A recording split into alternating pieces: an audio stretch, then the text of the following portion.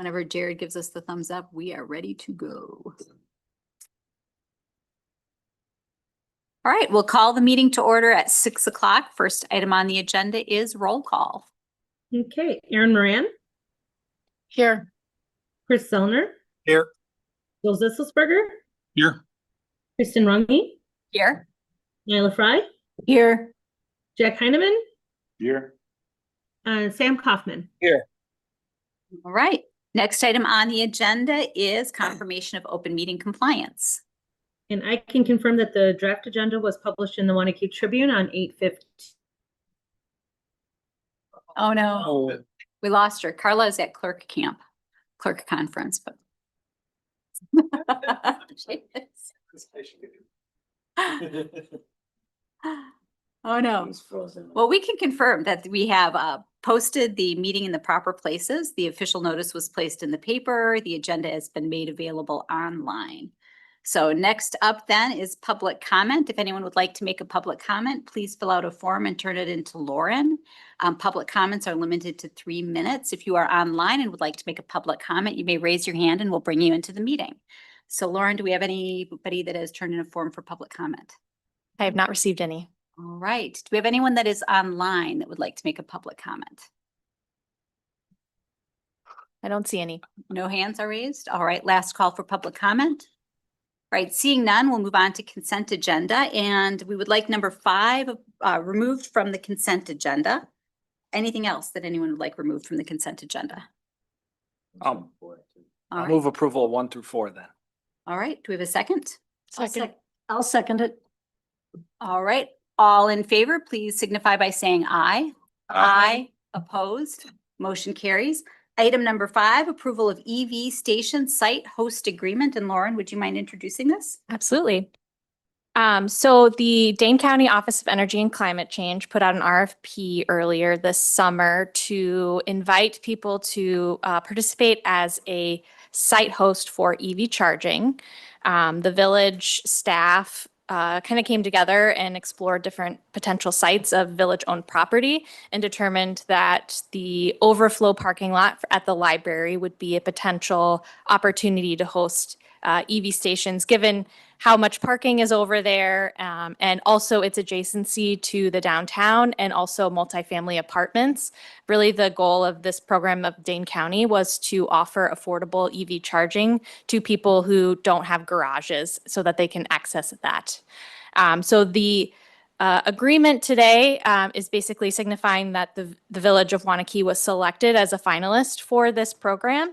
And this agreement kind of lists out exactly what that relationship looks like. Since this was posted in the agenda, our attorney did notify us that there might be some items in the agreement that we want to revisit and discuss further. The village board could table this item or approve it pending village administrator review and approval. And happy to answer any questions. All right. Thank you. And to open up comments, Nyla, can I start with you as chair of the Sustainability Committee? Yes, the Sustainability Committee was very happy to hear that Lauren was going to apply for this grant very shortly after she started work as a staff member.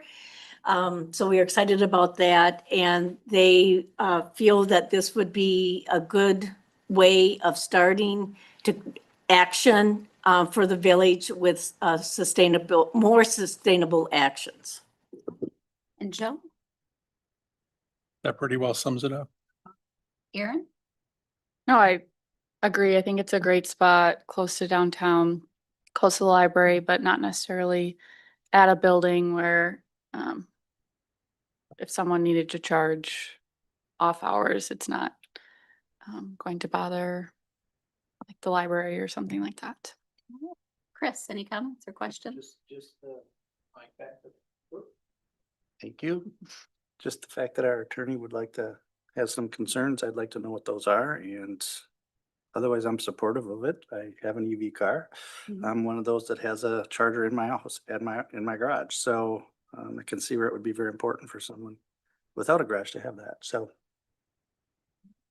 And Brian, what were your concerns?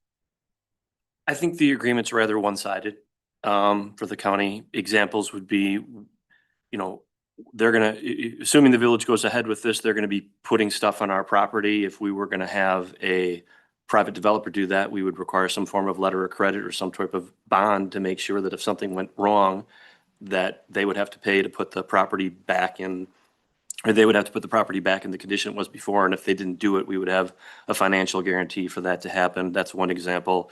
I think that they should have to have insurance, just like we have to have insurance. I believe that there's more clarity needed on with regard to the costs that the village is going to have to pay in regard to this. This is definitely not going to be free to the village. And I think that there were some inconsistencies within the document regarding who was going to be responsible for different costs. And so, I mean, if my recommendation would be to try to get all of those issues clarified and addressed. But again, that's, just my thought. Thanks. Right. Jack. I guess I've got the same concerns after reading the contract. It is relatively one-sided, and if you read, through the contract, there are costs, and what are those costs? If we look at how it was put in the agenda, it said no budget cost, but I'd like clarity on that stuff before we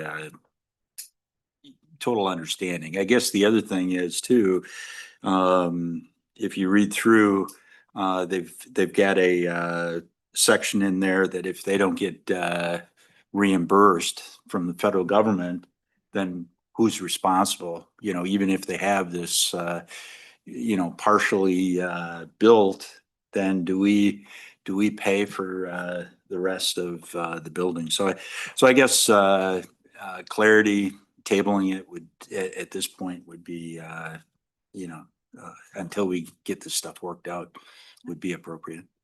And Todd, we see your hand is raised, but let's invite Sam to speak first in case he has additional questions to add. I echo the concerns that others have raised, and I would just note that the library board was supportive of the request.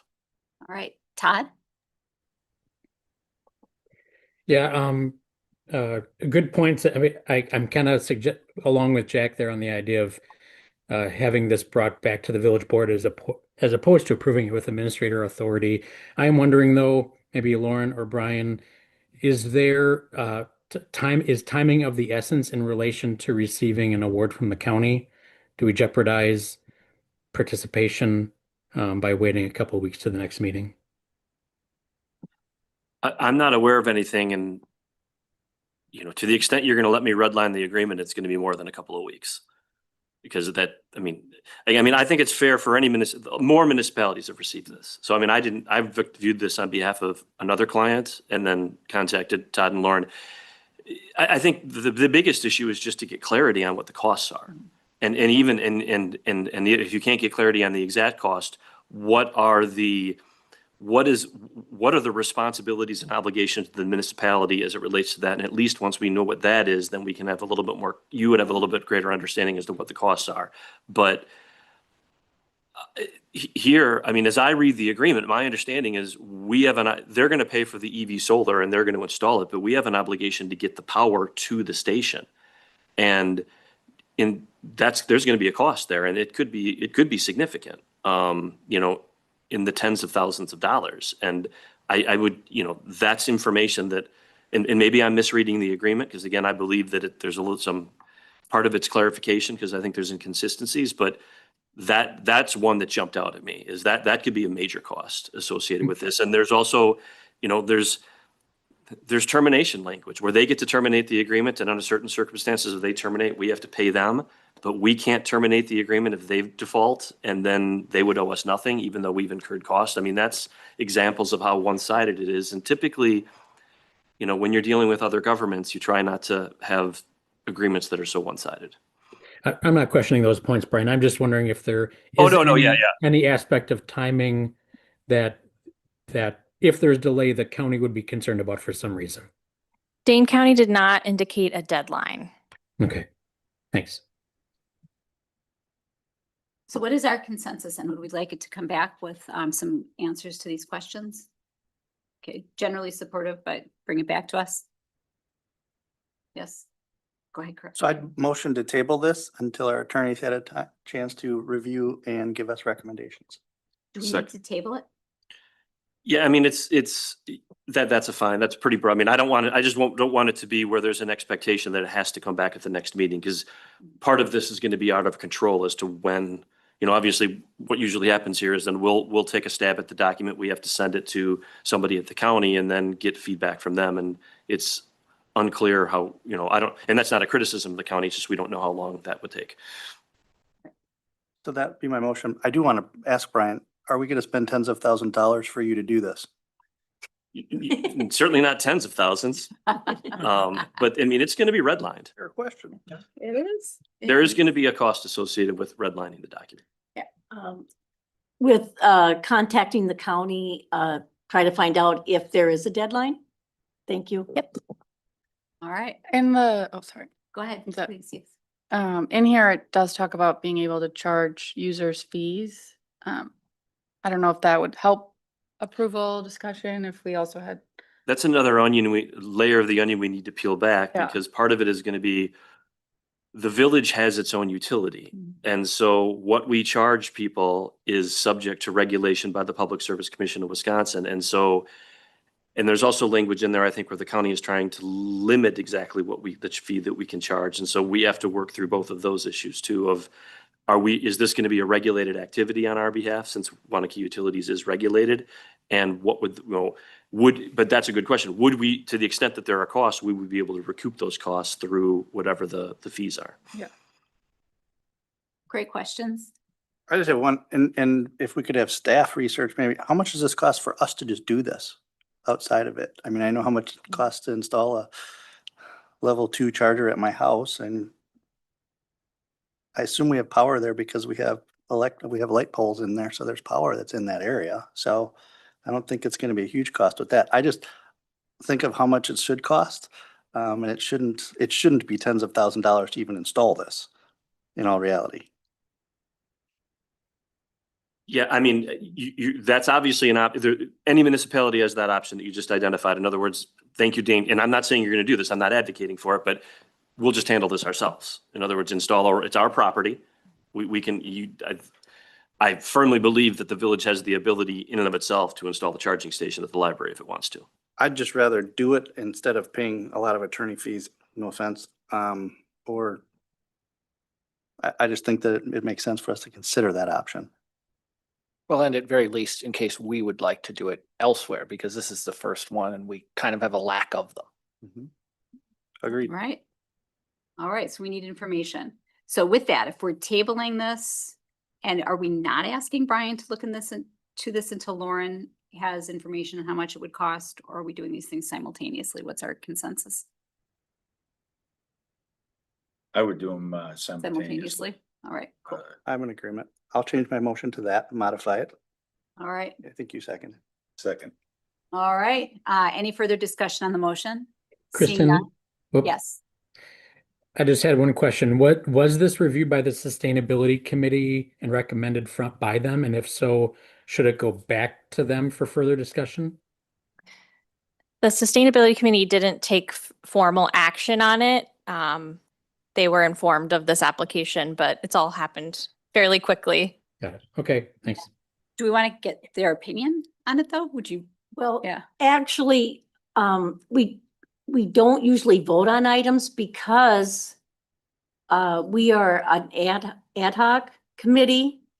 So it's a case that it's not like we have any guiding authority in the village at this point. So we could take it back to the Sustainable Waunakee Committee. But at the same time, I know that those on the committee are fully support this. So we can take it back, the meeting's next month, or just go with what we already know. All right, I will leave that up to you as chair, whether or not you want it on the agenda. Okay, thank you. All right, so we have a motion and a second. Any further discussion on the motion? Seeing none, all in favor? Aye. Bye. Opposed? Motion carries. Thank you all for the good discussion. And next item on the agenda then are reports and announcements. First one up is Sustainable Waunakee Ad Hoc Committee. Yes, we are working on a few different things. Fair for different groups to come in and promote the sustainability in Waunakee. We are working on putting a mission statement together. And we're looking at things such as the EV charging stations. So our work continues. Our next meeting is the first Tuesday in September. All right, Parks and Rec. We approved an agreement for design services at the skate park for some improvements there. We named the park in Heritage Hills, kind of a division where we extended it up the hill with the path to be Pinnacle Park. And as for Water Wheel Park, our next meeting on September 3rd will be a neighborhood input meeting on that property with letters sent to the neighbors to notify them of the meeting. Thank you. Police Commission. That's all citizens, so they, Citizens. usually it's just interviewing candidates for police officer positions, so. Any word on that, Lauren? No, okay, all right. Public Works Committee. We did not meet. Plan Commission met and we had a 7-minute meeting. It was very quick. And what did we all discuss? We looked at a site and specific implementation plan for the new water tower. And then we discussed and took action on ordinance amending Article 6, wellhead protection of environmental natural resources. We also had a joint plan commission meeting Tuesday. And Lauren, what happened there? The Joint Plan Commission approved the site implementation plan for the water tower, as well as recommended the 2 ordinance amendments that you'll be discussing here tonight. Community Development Authority met and we did a couple of different things. We made some small revisions to the Waunakee Housing Betterment Fund application. The more we go through that, the more we're learning about what we need to have in that application in order to be clear. And then we also reviewed plans for the future and are asking staff to investigate a community land trust and a down payment assistance program as potential ways of making housing accessible to people that are working in the community. So with that, we have EMS Commission. We had an initial discussion on our budget for next year, which Scott and I will be meeting later this week to further fine tune some of those details. And the new ambulance is going to be ready hopefully mid-September once the radios are stocked. Wow. Other committees, boards, or commissions? Any announcements? Thank you to all those who filled out the comprehensive plan survey. Right, and Todd. I see your hand. That's what I was gonna mention, Nyla. It's incredible, the participation, especially for what wasn't a, like a multiple choice, easy, it took some thought because they were open-ended questions, but we had, someone helped me with the number, like almost 1,200 responses from the community, including a number of who completed the survey in Spanish. So way to go, Waunakee. Very impressive. 1,165 is what you texted me earlier today. I Yeah. think it was the social media campaign. It was pretty brilliant. Good job. Good job all around, everyone. And thank you to everybody out there that promoted it, sent links to friends, talked it up amongst neighbors. It worked. The response was phenomenal. Any other announcements? All right, seeing none, let's go on to presentations. First up is Heyday Development Concept Plan at North Madison Street and Easy Street. And Lauren, I believe you're presenting this, and then we'll have the folks from Heyday if they'd like to take the podium. Yep. So I'll just give a brief introduction to this. So this is a concept plan for a new housing development currently in the town of Vienna. And this development group has been talking with village staff for several months now. And this most recently was presented to the Plan Commission with some really great discussion. The development group answered a lot of questions, took in feedback, had several more meetings with staff, and now we're at a point where we'd like to present this to the village board to get additional feedback before they officially start working on annexation and all the other kind of items to work through. So I'll turn it over to the Heyday Development crew and have them kind of talk about their plans. All right, thank you. And when you step up to the podium, if you don't mind hitting the button until the mic turns green, the folks at home will be able to hear you. Okay. Hello, my name is Ryan Swingruber, and I'm with Heyday, and I'm one of the developers. So we are here probably approximately a little bit over a month in front of Plan Commission. We've been working with staff, and it was a very great conversation with the Plan Commission. So the goal, I will just present kind of first who we are and why our product we believe is unique and would be a benefit to the community, and then we can talk a little bit about the site plan and answer any questions. So, so first, Heyday, comprised of my partner and I. We are based out of Arlington Heights, Illinois, and we primarily focus on single-family attached rental homes.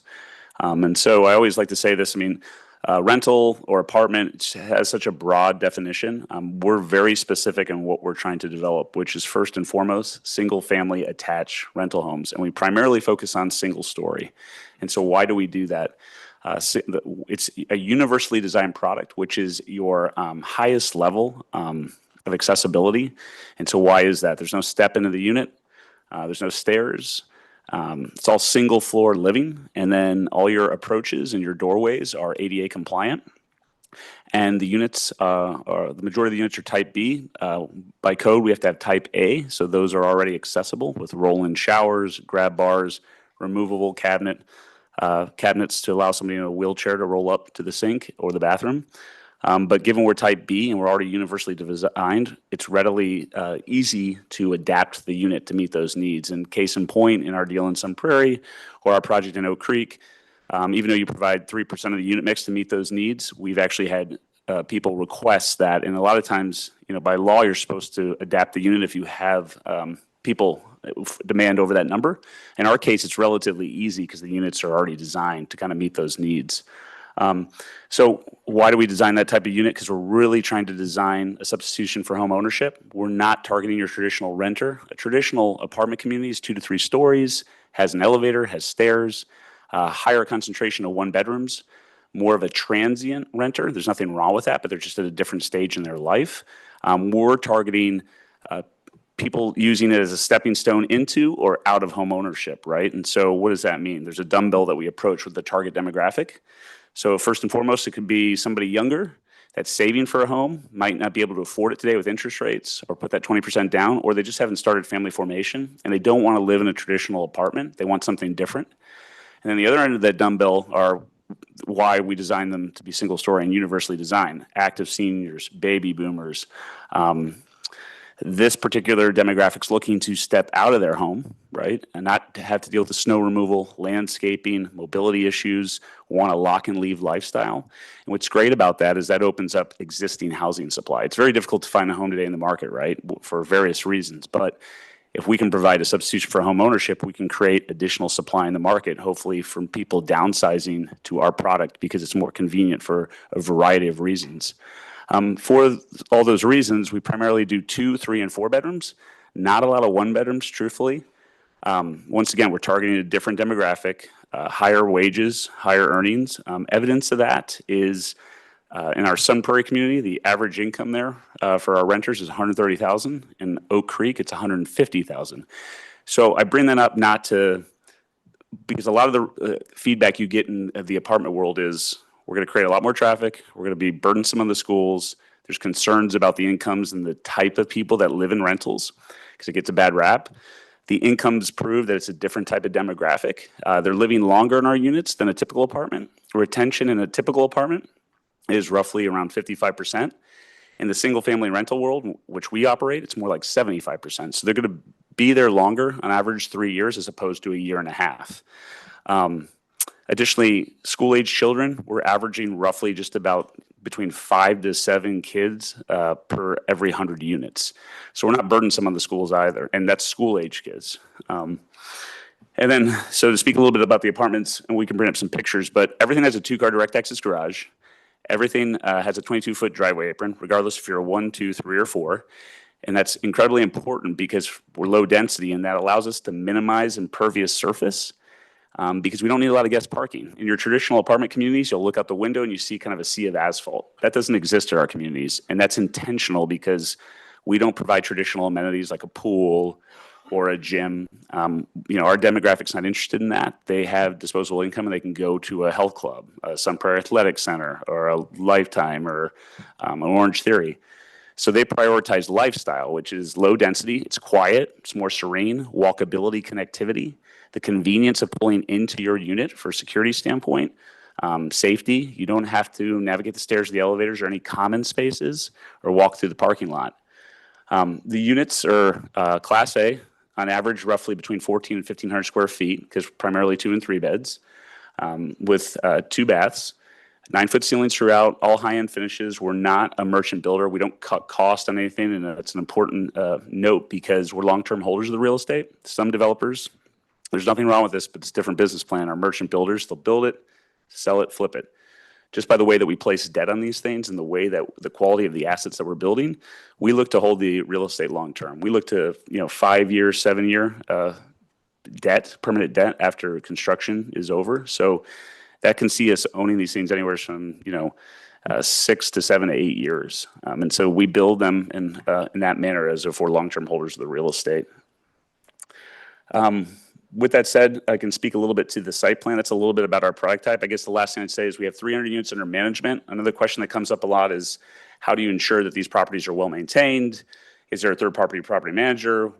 How do you preserve the assets so the weeds aren't long or the siding looks bad? And so we use conventional financing. Our lenders and our investors have covenants that require us to maintain the asset. And just by financially, we need to meet certain covenants to make sure that the asset is cash flowing, people are paying rent. And for those reasons, we have reserves and we maintain the property, right, as a fiduciary responsibility to our debt and to our investors. We have a third-party property management company called Daniel Management Group. They're out of Chicago, but they manage in the Midwest primarily. I think they manage to date around 4,000 units between 4 or 5 states. So the property would have a clubhouse, a leasing office is the correct term, and a maintenance facility. And we typically man the property with 2 people, a property manager, and then a maintenance tech. We have 24-hour maintenance, and we're outsourcing snow removal and landscaping. So the maintenance tech's responsibility is to make sure that the furnace, hot water heater, your lights, everything's running properly in the unit. All the mechanical closets, when we share with you in the floor plans, are located in the garage. That's intentional for noise, right? Number 1. And number 2, if I have to service the unit, everything has a smart lock, every unit, smart doorbell, smart thermostat. So we can know exactly when our maintenance tech goes into the unit, and he can go into the garage. He doesn't have to disturb you in your home and check the hot water heater, the furnace, which is kind of your number 1 issue that you have in at least our space. So those are some of the reasons of the lock and leave lifestyle, where you're not dealing with snow, you're not dealing with the landscaping, you're not paying local property taxes, the landlord's doing that. So it's a really unique type of rental concept, and it's not traditional. And that's why in the opening statement, I wanted to be clear that this is not a traditional apartment community. It's a rental home community that's different, that's low density, that's really trying to embrace multiple uses, walkability, and a focus on green space. And so with that said, I'll transition to the site plan. So, we're trying to meet the comp plan in many ways here. So the first is diversified housing options. There's 5 different options here. You have 2 rental options. One is our single-story, single-family attached buildings, which are denoted in yellow and orange or tan. I guess actually tan. So those bigger buildings are your ranch-style buildings. And then on, I guess this would be Plan West, which is actually north, are the 2-story townhomes. We do have some of those, provided those can be more desirable to a younger demographic, because we can make those slightly more affordable and cheaper just because they're a little higher density. Provides nice diversity in 2 different options in your single-family attached rental. The townhomes, same thing, 2-car direct access garage, 22-foot driveway apron, everything parks 4 to 1. It's all the same except it's got a set of stairs, right? Which might be a little bit more acceptable to a younger demographic.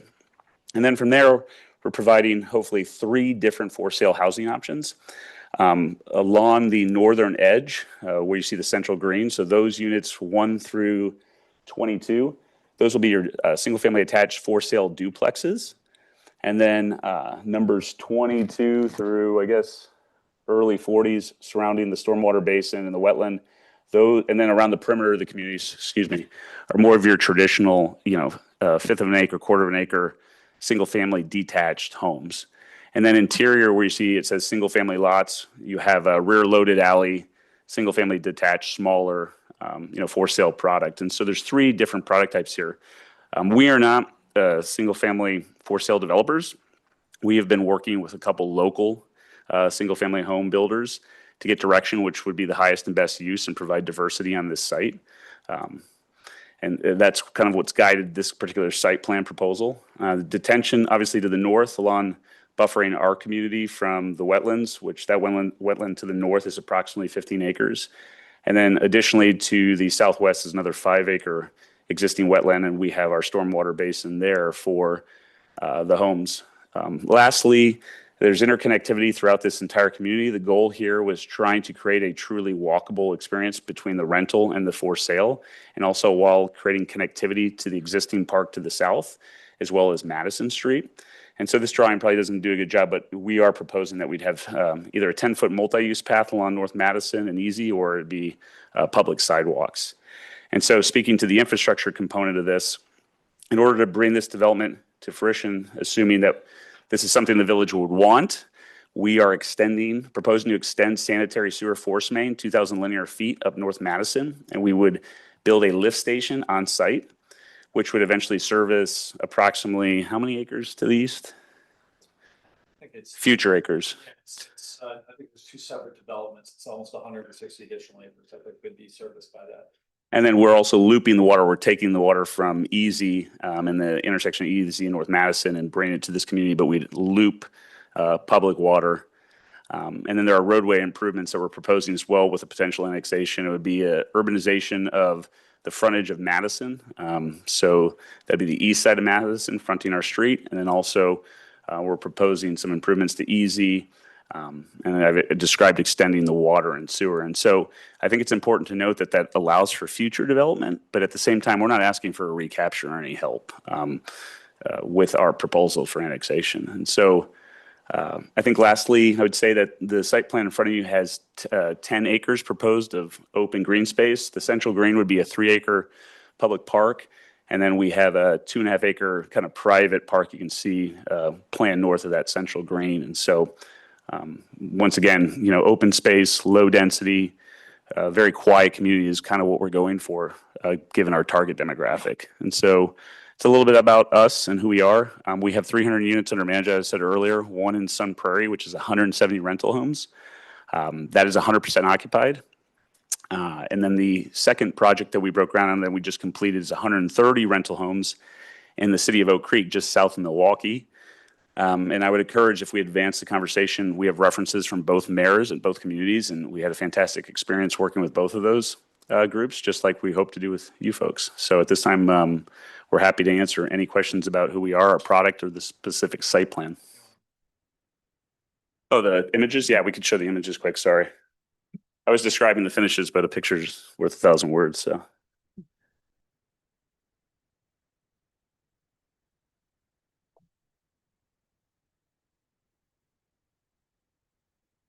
So that is images of our Oak Creek project that just recently got built. Horizon was the general contractor. They're based out of East Madison. They also built our Sun Prairie project, and they would be who we'd use on this project. But you can see here, those images, sorry. You can see the open space in front of the units. Every unit I failed to describe has a covered front porch and a side patio. Side patio for entertaining, extension off your kitchen / living room space, and the covered porch is great for seasonality. But that's another thing that's uncommon in traditional rental housing. 2 patios like this, and we try to orient them in a manner in which they're not facing parking, which is on the rear. They're facing these garden courtyards that we create that can be better seen on the picture on the lower right-hand side. And then on the image to the top right, that's an example of the 2-car direct access garage that every unit gets, as well as a 22-foot driveway apron that allows 4-to-1 parking and minimizes the guest parking on the site. And the next slide, you're going to just kind of give you an idea of, those are some renderings, but we have actual pictures. And then these are, kind of gives you an idea of the floor plans. I think this particular one is a 2-bedroom, 2-bath. All the garages also come, I forgot, it's funny, we were talking about, or you were talking about electrical vehicle charging. So we future-proof everything. Every garage has an outlet that accommodates, a NEMA 50 amp outlet that accommodates electrical vehicle charging that'll charge the car overnight. Washer and dryer included in every unit. stainless steel appliances, and as I said, 9-foot ceilings throughout, smart lighting, LED, all dimmable. And then these are examples of renderings that we'll call out the materials, and as we advance, we'll work with the Plan Commission and this body in terms of the colors, exteriors, and materiality. And then a little further on, it's going to give you an idea of the 2-story townhome product. Well, these are the unit interiors, the renderings. We actually have photos on our property websites. And then these are the 2-story townhomes that I talked about just a little bit that are all similar except, in design and intent, but with a set of stairs. All 2-car direct access garage, same finishes, ceiling heights, same materiality, kind of a modern farmhouse approach is how we approach the exteriors. And then we are building 2 all townhome deals. One is in Aurora, Illinois. It's 108 units, and the other one is in Cottage Grove, just east of Madison. It's 114 townhomes.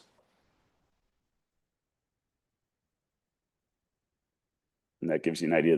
The blue and green is what we're proposing or what we're under construction. We just broke ground at Cottage Grove. And then the black and white's a little more modern is what Aurora chose. But it's a good example how we'll work through, the renderings, the colors, materiality that's more in line with the village or the city, the municipality that we're proposing the development in. And then these are renderings of the townhomes, which you can see the finishes are identical to what we do in our ranch. They're high-end plywood cabinets. They're actually fabricated in Milwaukee. Quest is the brand. All GE appliances, all Kohler finishes, tub inserts, faucets, shower heads. It's a high-end luxury vinyl plank flooring that looks like wood, 12 millimeter, 3 cm quartz countertops, and the LED lighting as I described throughout. Do you want to discuss the diagrams or we could just take questions? Okay. Yeah. So at this time, we'll happy to answer any questions. All right, let's start, Sam. I think I live closer to this proposed development than any of you. I like your product. I like what you're doing here. My grandmother lives in a universal design sort of subdivision, a lot like this, and it's something that we really need here. I did visit your Sun Prairie development, and I was curious for this one, would you be planning to do for the single story rentals, would you be planning to do asphalt or concrete driveways? To date, we've only done asphalt. I think that's probably typical standard. I think, I don't know. Is there a preference in Waunakee, I guess? Historically, we've done concrete, but I was just curious. And the other thing is the renderings for this one, the Sun Prairie development, the doors are kind of on the side and off, into the garage. Correct. And it sort of felt like, when you're looking at it, like something's missing. So the doors, like So the that's rendering, are going to face the street here. It's a great observation. So in that particular situation, they were looking more. They gravitated to the more new urbanist approach, is what I'll call that, where both patios are on one side facing the green space, kind of creating your front door on the rear side, and then everything was rear loaded. That doesn't mean that would be the case here. We're proposing here that the front door with a covered front porch would be on the garage side, and then you'd have a covered rear patio that extends out and still would be on a green space. So I think it just depends on the municipality. We've designed it both ways because, some people like one, layout as opposed to the other, but we're open to what the preference of I the like village the would be. way you've proposed it here. Yeah. It's sort of, it looks a little more like, I almost felt like, where's the door when I'm looking? Sure, at Sort Sun of Prairie. Very barrack kind of thinking. No, and I think, but that's intentional. So when we first found the site and drove around, there are to the south, just of us, there are duplexes that are for sale, right? And so we could see the intent, what was approved there, and so to be consistent with what's adjacent to us in terms of residential. That's all for me. Thank you. All right, Jack.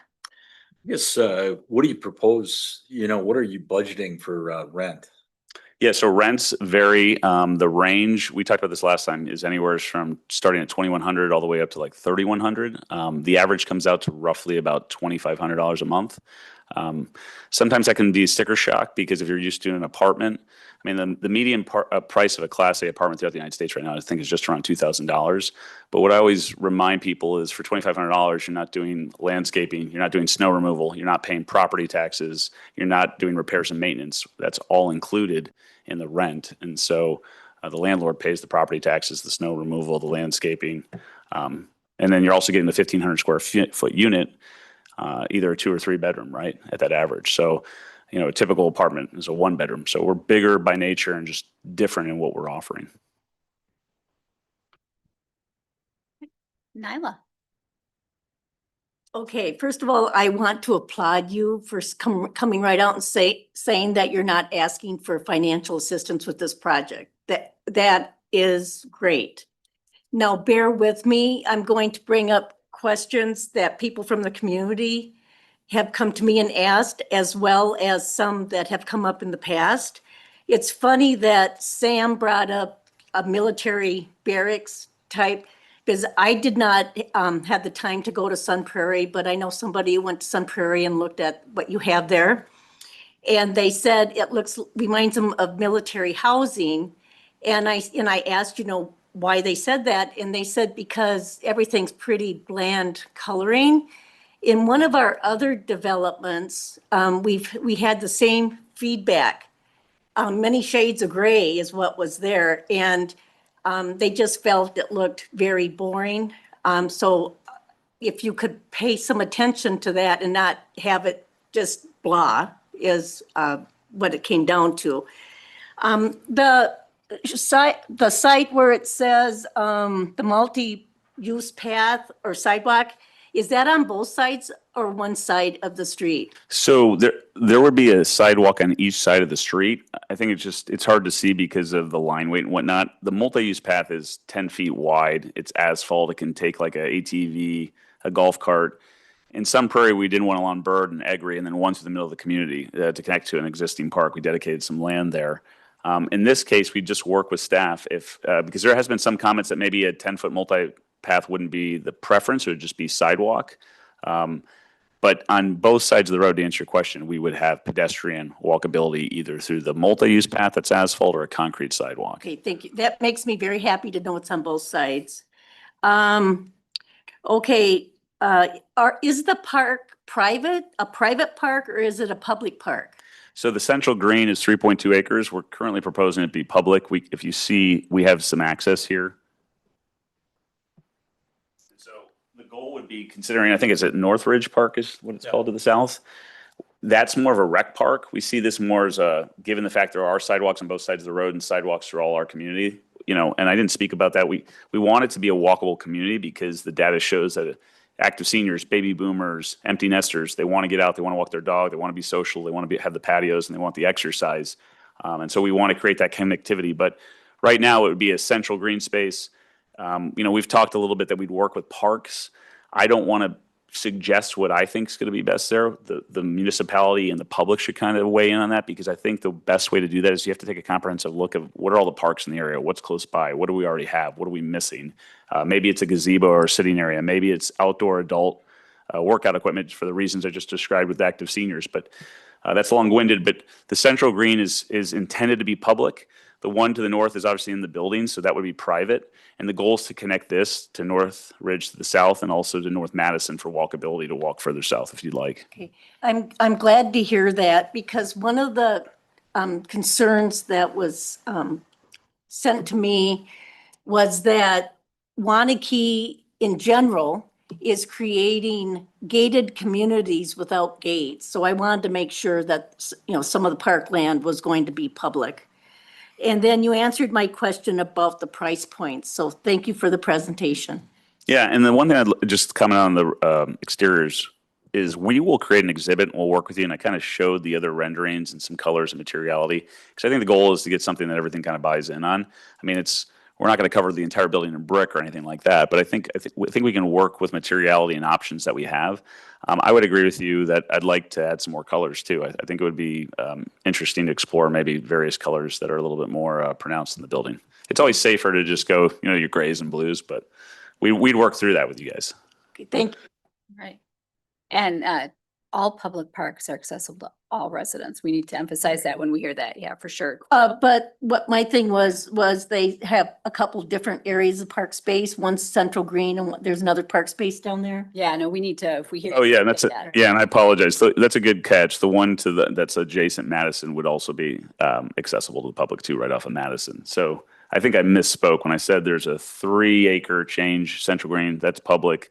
The one to the south, which is technically Plan West, would be accessible from Madison Street, the sidewalk to the public. That's not really, that's in the green space calc to the Plan North. That's private inside the units. I misspoke. That's not the 2-acre park that I was suggesting, along with the 3-acre. Okay, thank you for clarifying that. Joe? Three different thoughts that I've got. The first one, something I mentioned at Plan Commission, and we don't have to go into it at this point. If we move forward, we'll get there. Got to make sure we've got some trees in here.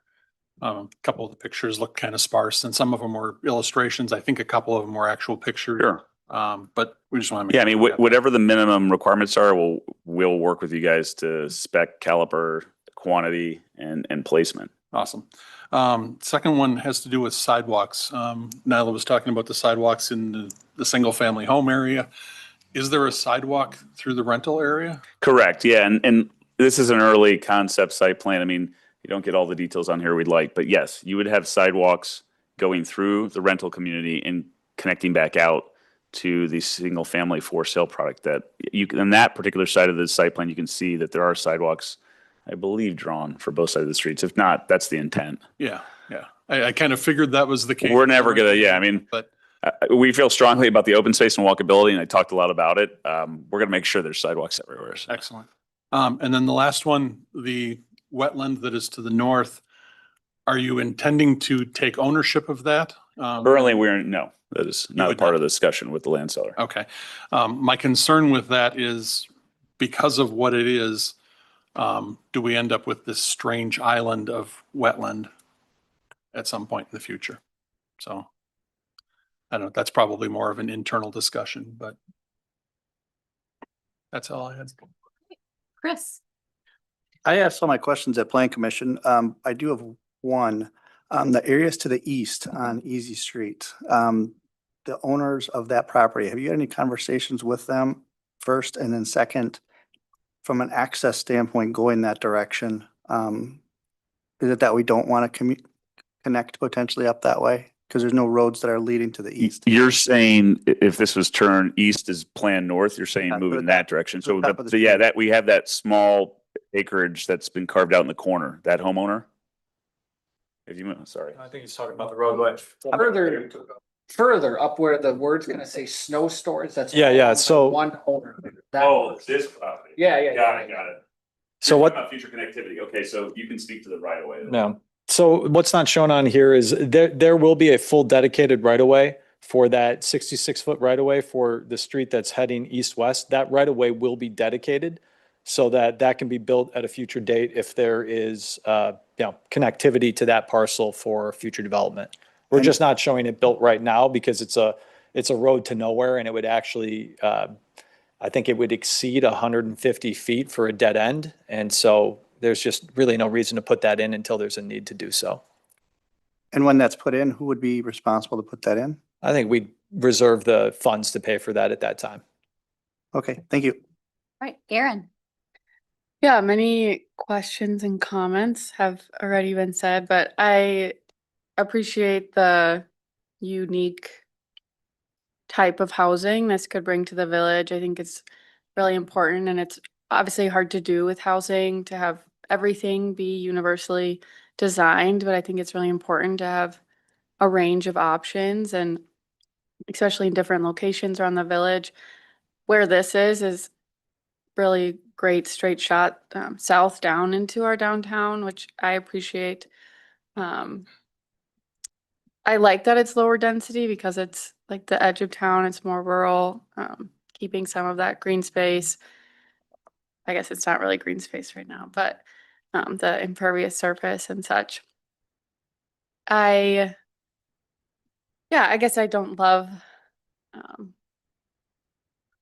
well, I'm like thinking if we're all talking design aesthetics, I don't love the modern farmhouse, but I think that's just personal taste. I think it's a little, I don't know, something more timeless, especially on the edge of town, and with that rural character would probably blend in better long term. But I really do like the concept of the central green, and just I think this design and this range of houses like offers community in a way that many of our neighborhoods don't, and many times we see like the same thing over and over. And I think it's great to have a range of people at different life stages living next door to each other and helping each other out. So I hope that if this comes to fruition, that's what the residents experience.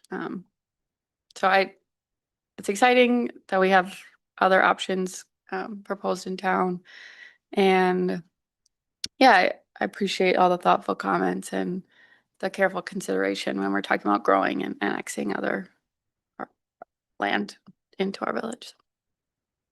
All right. Glad I'm not the only one that thinks that about modern farmhouse. Like it's a moment in time, I think it might Yeah, pass. So a while back, we had a housing task force that wanted mixed income, mixed housing styles in a walkable neighborhood. And I think you hit a lot of those marks here. I echo some of the questions that other people had, particularly around trees. We do like our trees here in Waunakee quite a lot. We'll work with you on that, but I don't know if there are any other questions. Yeah, Jack. Just to clarify, lots 1 through 45 are basically duplex lots? No, Is that 1 through 22 are the duplexes.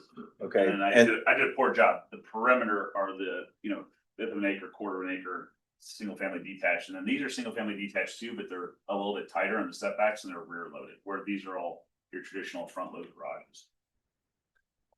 And you're not developing those are for sale. Correct. Yeah, we've been working with local builders on guidance on the size of the lots and the type of products they'd want to see here. Groups that you're already familiar with, and they've been providing the guidance on how that would lay out. Because, like I said, I'm not a single family home builder. But for clarity, we are developing the infrastructure. So all the roads and utilities will be to each lot. Those lots will be ready for a permit to be pulled to build a home. Yeah, It's not building the and homes. that's an excellent point, and I'm glad he brought that up because I think a lot of times, right, you see a pretty picture and it doesn't really come to fruition. We as the developers will commit the capital and we'll put in the infrastructure, all the public infrastructure, get the lots ready, all the laterals, sanitary sewer, water to these things, rough graded for somebody to go vertical on a home should they buy the lot. What is your time frame? We tell you tonight, go ahead and do it. Is this like a 2-year project, 3 year? When we start construction or from the getting through zoning to the point I can pull permits, you're thinking? Yeah. Yeah, I mean, it varies. It depends on how quickly we can get back in here. We are going to go as fast as possible, but thoughtful. I can assure you that. Depending on how the schedule is, I mean, if this is a favorable feedback and meeting, we are going to meet with staff and then lay out a submittal schedule, what is required for us, for annexation, for rezoning, all those things, and try to do our best to hit all those dates, right? We have a little bit of a head start on some stuff with wetland delineation and geotechnical and survey work. Snyder Associates out of Madison is our civil engineer. So yeah, in a perfect world, I'd love to be starting construction next year, like 12 months from now. But annexation and all those things, they take time. So it's contingent on all that. But I can assure you that we use some of our lenders are, Johnson Financial, so we have debt and equity relationships ready to do something like this, and we can execute based on our previous track record, and we're excited. We want to be in this particular community, but it'll just be based on that schedule for zoning entitlements. Well, once you start building, you're looking at maybe a 2 to 3. Oh, yeah. So that's an excellent question. So Sun Prairie was roughly 19 to 20 months. If I looked at the construction camera, that's 170 units.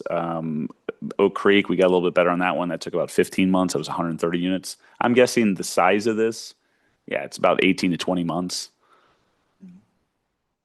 Right, Nyla? Lauren, okay. Oh, I'm sorry. Lauren, how do the numbers that he's talking about in the time frame fit into the other projects that are going on as far as numbers? Numbers. Well, usually we talk about a certain number of single family units per year. You know what I'm talking about Yep. now? Target. Yeah. Yeah. I think that's something that we're currently updating. And so we can run those calcs and let you know what that kind of ratio is. I don't have that off the top of my head. Okay, thank you. All right, other questions? Other comments? Yeah. No, unfortunately not. Yeah, not at all. During the public comment, at our next meeting, you'll be able to make a public comment, but the public comment portion of the meeting is right at the start. And once we start this discussion, that said, you can stay afterwards I'm afraid not. Yeah. but you can stay afterwards and talk to us if you'd like. Go Go ahead. Pardon? It's up to you. We can't talk to. The whole board, yeah. Okay, yeah, I'm the landlord east, but I haven't been notified of this at all. I just found out. okay. And like I said, you please stay after. You can talk with me or one of the other board members about it, but thank you. Yeah. Yeah. Any other questions or comments? All right. Seeing none, thank you very much for your presentation. We appreciate it. Yeah, thank you. And, the next step also is, in response to that, is we'll start to meet with the adjacent neighbors, and we'll work with the board and staff to have a public meeting. Every deal we've ever done, my partner and I will do that. So we'll also commit to that as well. All right. Thank you. Thanks. All right. And please do stay afterwards and chat. Okay. All right. Next up then on the agenda, we have a public hearing to discuss and take action on an ordinance amending section 133-1137 of chapter 133 zoning. All right. So is that to you, Lauren? So the village received a request from Ace Hardware to install an above-ground propane filling station as part of their proposed store expansion. Under our current zoning ordinance, their proposed above-ground fuel station would not be allowed. And so staff looked into our current ordinance and researched neighboring communities' ordinances to see if there are any zoning amendments that could be made to facilitate this project, because it would not be eligible for a variance. So the proposed ordinance amendment would basically it would amend that 10-foot distance rule that was in our previous ordinance that was making it difficult for them to do the above ground storage tank. And so it would remove that rule, but add additional safety precautions to ensure, no issues with this proposed above ground fueling station. I'll add that our village staff have reviewed this ordinance, including the fire inspector, and recommended that this move forward. This went through tech staff and also Plan Commission and Joint Plan Commission. All right. With that, let's open the public hearing at 6:57 p.m. Do we have anybody who would like to comment on this item? Do we have anybody online who would like to comment on this item? All right, second call. Last call. We will close the public hearing at 6:58 p.m. With that, what questions do we have? Aaron, can I start with you? Yes, Chris, how about you? Just the fire department's knows that nothing with this. A lot about it. Chris, Mike. Fire department, others had no comments or were supportive of this, so I don't see any issues with it if they're the experts in this field. All right, Joe. In general, I think the concept is good. I'm a little bit concerned, basically because I don't have any sort of expertise or even real knowledge about above ground propane tanks. So I don't know. I'm looking for more details about what this is actually saying when we start talking about cubic feet at standard temperature and pressure, not to exceed 30 times the limits, all that sort of thing. So I feel far more comfortable taking action on it if we've got a better description of that. The only other thing that I would say is, having looked through here, I would kind of like to see something about either maintenance or inspection of the tanks. I'm not sure if that falls in here or if that would be a different place in the ordinance, but that's All it. right, Lauren? That's a good question. I'm not sure what our current practice is for inspection of those. I will add that the architect for Ace Hardware, who I've been working with on this, is online. If Brad, I don't know if you have anything you want to add to this conversation. All right, Brad, we see your hand up. Can we bring him in?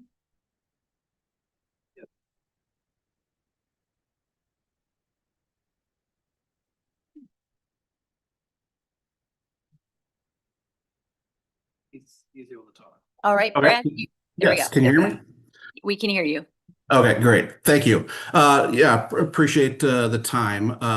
Yeah, here to answer any questions. Essentially, the existing propane tank is a 500 liquid gallon tank that they currently have on site. And we're looking to relocate that. And based on the expansion of Ace Hardware, the most appropriate place to put that refilling station that the municipality uses, the fire department uses, and obviously for business purposes, would be on the back side of the building. And unfortunately, based on the current ordinance, we would have to maintain a 10-foot separation between the building and the existing tank. So in doing so, in conversations with the fire department, we all felt that it was sufficient to construct what's a blast wall, essentially. It's an independent structure from the building, although part of the wall, it's designed accordingly to take any kind of blast that a 500, I think it's even qualified as a 1,000 liquid gallon tank that the wall will absorb, if you will. It also gets it further away from the public street and public sidewalk, which we felt was an asset to the project versus where it technically could go, which is right in the middle of the drive aisle. So, I don't have the specific language in front of me as far as all the calculations of what goes into that. That would be from probably the ordinance that came that it was referenced from. However, I will say that inspections are done by the tank supplier, usually on an annual basis. I believe it's annual. So they are inspected. I don't know if Waunakee does their own independent inspections of those tanks, but they are inspected by the supplier of the tank. All right, thank you, Brad. Other questions? Joe? No, I think that covers it for now. I'm still kind of foggy on the technical details, I guess, but. And Brian? I was just gonna say, we'd have to look it up, but yet the inspection should be elsewhere in the code because this is just related to the zoning. Okay. So, to the extent that they are inspected and it's covered by our code, it would be elsewhere. It's also possible that these types of tanks are just essentially governed by Wisconsin administrative code regulations. I just don't know the answer to that question, but however we can answer that question appropriately, no matter what, we wouldn't be putting it into, I know you're not suggesting that, but we wouldn't be putting it into this section because this is just zoning. The other thing I just wanted to make clear for everyone in the public is this is an ordinance that would apply village-wide. It's not uncommon for municipalities to take a look at older ordinances, which I think this is, when somebody comes through with a project, but this isn't being done specifically for True Value. It's something that would apply elsewhere. It just happens that this project caused staff to kind of take a closer look at our existing code. Okay. Thank you. Thanks. All right, Nyla. Joe, I appreciate your questions. I happened to attend the Planning Commission meeting when this idea was brought up and listened to it thoroughly. And I think with that wall built around it, it takes care of it. And I agree with Joe. I don't understand the science or anything to do with this, but I've learned that being on the board, we have to rely on our staff and our professionals and our consultants. And I do feel that the fire department did due diligence on this, so I support it. All right, Jack. I support it because better minds looked at it and said, yeah.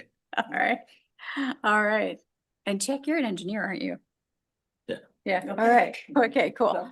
Sam. No questions. All right, Sam. And I, with you, Joe, I look at the quantity in cubic feet at a standard temperature and pressure shall not exceed 30 times the limit of the associated storage tank. And I feel like I should know what that means, but I don't. Brad, do you know what that refers to? I'm putting you on the spot. Yeah, it's the I believe what they're referring to is the maximum amount of pressure that the tank is designed for. And so it's really just I'll say a clarification or a limitation to what the tank is designed for. Now, I know this tank that we're talking about for ACE is much smaller than I think what is called out for in the ordinance. This is only a 500 liquid gallon tank. So I believe the calculations that you guys are talking about are related to the allowable pressure that the tank can withstand. Okay, all And right. that would be engineered as part of the tank manufacturer and the application that it's being put in. Okay, thank you. Thank you. Great. All right. Oh, Go ahead, sorry. Aaron. Yeah, I'm sorry, thanks. Aaron. No, you're good. Back to you. Just had something, but yeah, I think this is fine. My only question is, would then previous things be grandfathered in under this? Do we have any concerns that anyone in the village will then? Well, I mean, any other operations of these facilities would be, yes, they would be grandfathered, but they would be subject to the former code Okay. that I think we were all comfortable with. I don't think that we necessarily changed this because we thought there was a whole bunch of problems with the former language. It's just, I think it was older language, and it looked like, based on the review, that there was a number of other communities that would say had more up-to-date code language on this issue. Sounds good. All right. Any other questions? I'll move to approve the ordinance amending section 133-1137 of chapter 133 zoning of the Village of Waunakee Code of Ordinances. I'll second it. All right. Any discussion on the motion? Seeing none. All in favor? Aye. Opposed? Abstain. All right. Thank you. Motion carries. Next up then, discuss and take action on ordinance amending section 122-159 of chapter 129 subdivisions. All right, me again. So the village's current zoning code and subdivision ordinance are kind of at conflict with each other when it has to do with fences. So in the zoning code, it allows for fences to be along the lot lines of a property. However, in the subdivision ordinance, it states no fences are allowed in utility easements, which are often along the lot lines of properties. And so staff are really hoping to just clarify this language. And we've had lots of discussion among staff. This has gone to Plan Commission a few times. And really where we've ended up is a proposed ordinance amendment that allows fences in utility easements as long as the property owner acknowledges that if the utility needs to go in and fix something in the utility easement, that the cost of replacing the fence is on the property owner. There's a couple other conditions along with that, but this ordinance is basically kind of codifying kind of a general practice that village staff have already kind of been doing. We have a form at the utility department that people who are building fences in the utility easement sign that acknowledges this. And so this is really just helping staff get this clarified, that this is something that is allowed in the village. All right. So discussion. Jack, what? I'm sorry. Public hearing. Oh, public hearing. Thank you. Let's open the public hearing at 7:08 p.m. Thank you, Brian. Do we have anybody who would like to comment on this issue? Do we have anyone online who would like to comment on this issue? If so, please raise your hand. Last call. All right. We will close the public hearing at 7:09, and thank you very much, Brian. I was skipping way ahead there. All right, Jack, can we start with you for comment? I guess just from my standpoint, I'd prefer not to have anything in the easement. If we have the easement, it's there for a purpose. And, I read your comments and so forth, but you just get into challenges, right? Because I've got the people need to get into, we set up the easement for a specific reason, for access. And then we take down the person's fence and, we run into challenges. I can see some conflict, going forward. So So I'm not sure I'm excited about putting fences into, easements at this point. Lauren? Can I add just a few comments? I appreciate that perspective. I'll just add that utilities has been involved in this conversation, and while they also, best case scenario would not have anything in their utility easement, they recognize that this is something that property owners do want to do, and they came to the Plan Commission and said that they would support this ordinance amendment. Obviously, it adds more difficulty for them when they do need to get into an easement, but they also recognize, the desire of residents to be able to put fences along their lot lines. The other thing I'll also add is if you can't put a fence along your lot line, you're creating this kind of area between two fences that's kind of a no man's land, which can cause some issues in terms of maintenance and mowing and things like that. Who takes care of what portion? So just adding some additional comments of why staff, consider this ordinance amendment. Thank you. Yeah, all right. Chris? Yeah, Plan Commission, we had pretty lengthy discussion about this. I think more than one meeting actually, that was discussed. Tim was there from utilities and was lukewarm supportive, I would put it. I wouldn't say he was gung ho by any stretch, but he did support. I'm a little bit wishy-washy myself on this. I look at it from if something needs to be done, they need to be getting in there. It's going to take them longer to get done the job. Second, do they get injured while they're trying to fix or trying to get through whatever they need to? That's a problem too. And then third, if there's any provisions in there that I know we're saying up front that they're going to know that they're putting the fence there, and if it's damaged, they've got to pay to have it put back in place.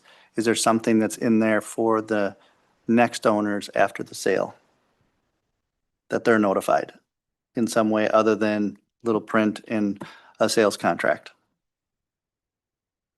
Do we have anything in there for that? Nothing in this ordinance amendment would, I guess, facilitate that. So I'd like to see that as part of this, obviously, within. Is that, oh, sorry. Go ahead, Erin. Ask a Yeah. question. With that, then we're asking village staff to monitor when houses with fences are sold, or I guess how would we make sure?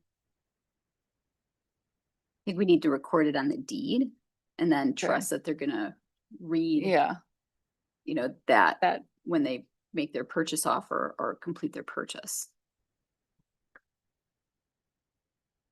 Which, depending on who you are, you may do that really thoroughly or not at Yeah. all.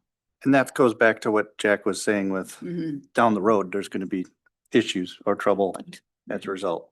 I guess just, I'm But sorry. could we, let's get through, hold the comment, because I think we'll probably come back to that. Erin? Yeah. yeah, I think it's not ideal. It's also people want to use their yards. I think the letting people, if they want to, take the risk and the expense of building it rather than leaving the no man's land, if that lets them use the full potential of their yard and whatever privacy or aesthetic they would like the fence, outweighs. This isn't retaining walls or permanent structures. Fences are a big deal. They're expensive. Many of us can't build them ourselves, but I think the reality of getting people, like for me, even outside or using this or letting them build their yard as they want, that's the risk. I guess it's on them to do that rather than us in that concept. But if they want to pay for it, they are more than welcome. Thank you, Erin. Sam? Well, of course, already I can think of in my own neighborhood, dozens and dozens of examples of where people are not following this ordinance. But ultimately, Nyla said it eloquently on our last item, I trust staff to implement this. Obviously, yeah, I get the concerns. The concerns that have been raised are very reasonable on this subject, but ultimately it does clarify our existing code and frankly, what people are already doing in the village. So I don't have a problem with it. Nyla? Thank you, Sam. This is one case when I do not agree with staff. For many reasons. One, a fence may slow down repairs that are necessary for the entire neighborhood, if not the entire village. The cost of putting up a fence and then it being torn down for an emergency. I don't know how many homeowners, especially if they purchased the home without knowing it, that may cause issues. It looks to me like part of the issue is people don't have enough yard. So are the lots too small and the building's too big? I don't know, but that's a question that's going through my mind. But the thing that keeps going through my mind is when I got on the village board, I wanted to achieve not causing problems, not solving a problem by causing a new problem. And I see something like this as being a new problem in the future. We think we have headaches with it now. I've heard staff talk about it. The issues are just going to get bigger. That's my comments. All right, thank you, Nyla. Joe? My comments at Plan Commission started with an awful lot of frustration because of exactly what Sam said. You walk down the street, if you know where the easements are, man, you can pick them up left and right. There's just tons of scenarios where this is already not being followed. Purely by the language that's in here. And there may be some grandfathering, but otherwise, just looking at what's here, where the original one says no fences, retaining walls, or trees. This one actually goes as far as to say no bushes, no other landscaping or structures. So if we apply that rule, I would venture to say just about every homeowner is probably going to be in violation of this. I understand from a utility perspective why we don't want anything in that easement. And, you know, if things go poorly and utilities needs to come in and fix something, people will generally be happier if it's done quicker. And putting anything in that easement is going to slow that down. At the same time, as a homeowner, I fully understand people wanting to use the land that they've paid for. And this doesn't allow them to do that. So I'm still very conflicted about the entire thing. My gut feeling says that as it's written right here, this is still not the right thing for us. All right. Jack, back to you. I think both Joe and Sam brought it up. You know, we've got challenges because people are planting and doing things in the easement. They don't understand, you know, what happens now. I put a fence up on the easement and I want a basketball court in my backyard. And now I've got a concrete pad, you know, on the easement, you know, which has happened. And so I think the more we can help out the utilities, we put the easements in from a planning standpoint for a specific reason. And I think I would propose to try to stay with our existing structure. Thank you, Jack. Lauren, any comments? We discussed this over 2 separate meetings at Plan Commission. And I don't know that we were at any more consensus at the end of the day. It was not a clean vote. Yeah, I think if the board has desired changes to this ordinance that you would like to see, that's definitely something I could work on. Or if it seems that this is not something you'd like to pursue, that's also helpful to know. I don't think I have any other information to add to the discussion. Okay. Other comments? I have one. Okay, thank you, Nyla. I would like to drop the conversation. Like to drop end the conversation. The conversation. All right. Others? Chris? Can I talk? Yes. Okay. Well, she said she wanted to drop the conversation. I want to make sure I was okay.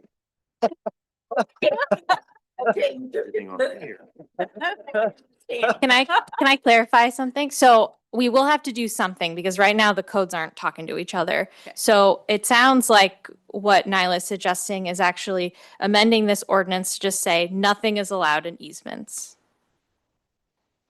Is that what, okay, Yes. all right, I'm seeing facial reactions, Chris. So this is kind of where I'm going with this. Because we had a conversation at plan and I'm having a little fog about this right now. Contractors, when they're coming in, they were talking about this, that the utilities, as long as utilities could get their work in, and then contractors come in after the fact to build a retaining wall that's going to be necessary for a home, that retaining wall can end up in the easement. That was a We talked, conversation. somebody presented that as a And- scenario, yeah, That's an absolute no. yeah. Yeah. That's So, not allowed in the new I- ordinance changed. It shouldn't be allowed ever. Understand, I'm Yeah. just saying that this was a conversation, I'm going back to where I was Yeah. before here, I'm not going towards. Okay. I'm actually the opposite, so that was also another conversation, that really didn't make any sense whatsoever, for why we would make a change, so I think we just need to clean up the language to make sure that we're not conflicting. To Lauren's point, so whatever that may be, let's get that done. Correct. We need to have the two jiving together. All right, But I would like to not have anything in easements. all right. Sam, you look like you had a comment. No, I would concur. All right, okay. Joe? I'll just chime in by saying that under 1A1, they must obtain authorization from all public utilities that have a right to place utility facilities there, blah, blah, blah. Basically, it's not going to happen. But, you know, I'm fine with this going away. It shouldn't Right. go away. In other words, We Correct. can- Yes, if- it should be made to match. Yeah, you can do that tonight if you want to. Yeah. Because I mean, and I'm just going based on what you're saying. If the thought process of the board is effectively, there should be nothing in public utility easements for all of the reasons that you said tonight, you have the ability to approve this ordinance by amending it, and all you do is when you look at subsection A with the sentence that says notwithstanding, the sentence with notwithstanding comes out and subparagraphs 1, 2, and 3 come out, but the rest remain. So basically what you have is you have the first two sentences that make clear that nothing can be in the utility easement area. And then I think, you know, you should leave the definition of the fence probably simply because fences is one of the things that's prohibited. Now, I'm not saying, the other thing you can do is say, you know what, I want more time to think about this. But if that's firmly where you are, you actually, because to Lauren's point, you know, you're not saying this tonight. I mean, you just kind of said it generally, but I don't think you meant it when we can't do nothing because we have a conflict. So either we need to do this ordinance the way it was drafted by staff, or if the board's position is nothing should be in public utilities, that's the way that you change this ordinance. Or you could say, you know what, I want to see something even different, but with the concept of nothing in the public utility areas. does anybody have a case to make for allowing fences and utility easements, or is anybody on the fence about the fences and utilities? It was out there, I had to make it as I guess is utilities so my understanding is utilities is not thrilled, but all right with what's presented. I think That, but we don't. Just to be clear, the Waunakee utilities. Yeah. You have it, when you look at public utility easement area, that's AT&T, Yeah. TDS, Charter, whoever's natural gas, MG&E. I just want to clarify that it's more than Waunakee utilities. Can I just feel like we've been asked by staff to help clarify something and then we're not really listening to what the problem was to begin with. Yeah, I guess, and I'll just clarify too that, I mean, this is a like weekly thing. I mean, we are constantly getting property owners requesting to have a fence on their lot line. So this is something that is desired in the community. That's all I'll add. okay. All right. Does that sway anybody? No, I just want to make the comment. So if we get the language down pat, that should stop those phone calls, correct? It's not going to stop the phone calls. No. People are just not going to get an answer that they like. Well, we all Yeah. the answers we don't like. Yeah, go ahead, Joe. While I think the suggestion from Brian is probably a good one, I would like to have this worked through a little bit more because I think there's still value in subsections 1 and 2 there, or I'm sorry, 2 and 3. Basically saying that if they do put something there and there's whatever work done, it's their responsibility. I don't think that's spelled out in the current ordinance. Yeah, it wouldn't be, I mean, so you could put that in there if you want to. I would say you don't have to. I mean, at the end of the day, to be perfectly blunt, anybody who's put a fence or anything in a public utility easement area right now, if any of the utilities need to get in there, they're taking that stuff down and the utilities aren't paying them. I mean, that's, this is not a Waunakee problem. This is every municipality that I'm aware of. But that's the bottom line is people are putting things in easement areas that they can't put in there. And I'm a property owner too. Yep. I mean, I can tell you that my wife said, I want to put a fence. I said, fine, you're not putting it in the easement area. And she said, what do you mean? I said, we can't put fences in the easement area. It's as simple as that. And that's not infringing on our rights as homeowners because we bought that land subject to the easements. And so while I know it amazes me the number of people who buy homes and don't read the title work. I mean, that's absolutely something you need to do as a homeowner. But keep in mind if the board were to make this call, let's say it comes back to you in a different form, but ultimately, because I think that makes sense to it, maybe rush to try to approve something tonight. But if it comes back to you, but the form is you can't put anything in the easement area, I agree with Sam that the calls are still going to come. Now the property owners are getting answers they don't like, but that's not the village telling them that they can't do it. That is the law. The law as it exists right now is you cannot put anything in a public utility easement area. That's statewide. So it's for all the people in Waunakee who might not be able to put a fence up. It's not the village board that's prohibiting that. It's state law that's prohibiting that. Right. So would it make sense then to have this reworded, brought back to us next time so we have like a clean and clear ordinance? All right, does that mean we have another public hearing? You would because it's going to be a different ordinance. Okay.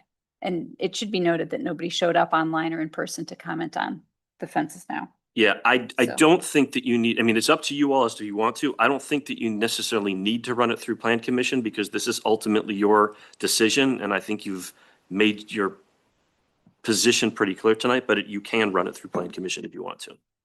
Okay. And you're shaking your head. Would you like it to go through Plan Commission? Or does That works for me. I can bring it back. Okay, cool. All right. Does anybody on Plan Commission like it to go back to Plan Commission? Are we satisfied already? Okay.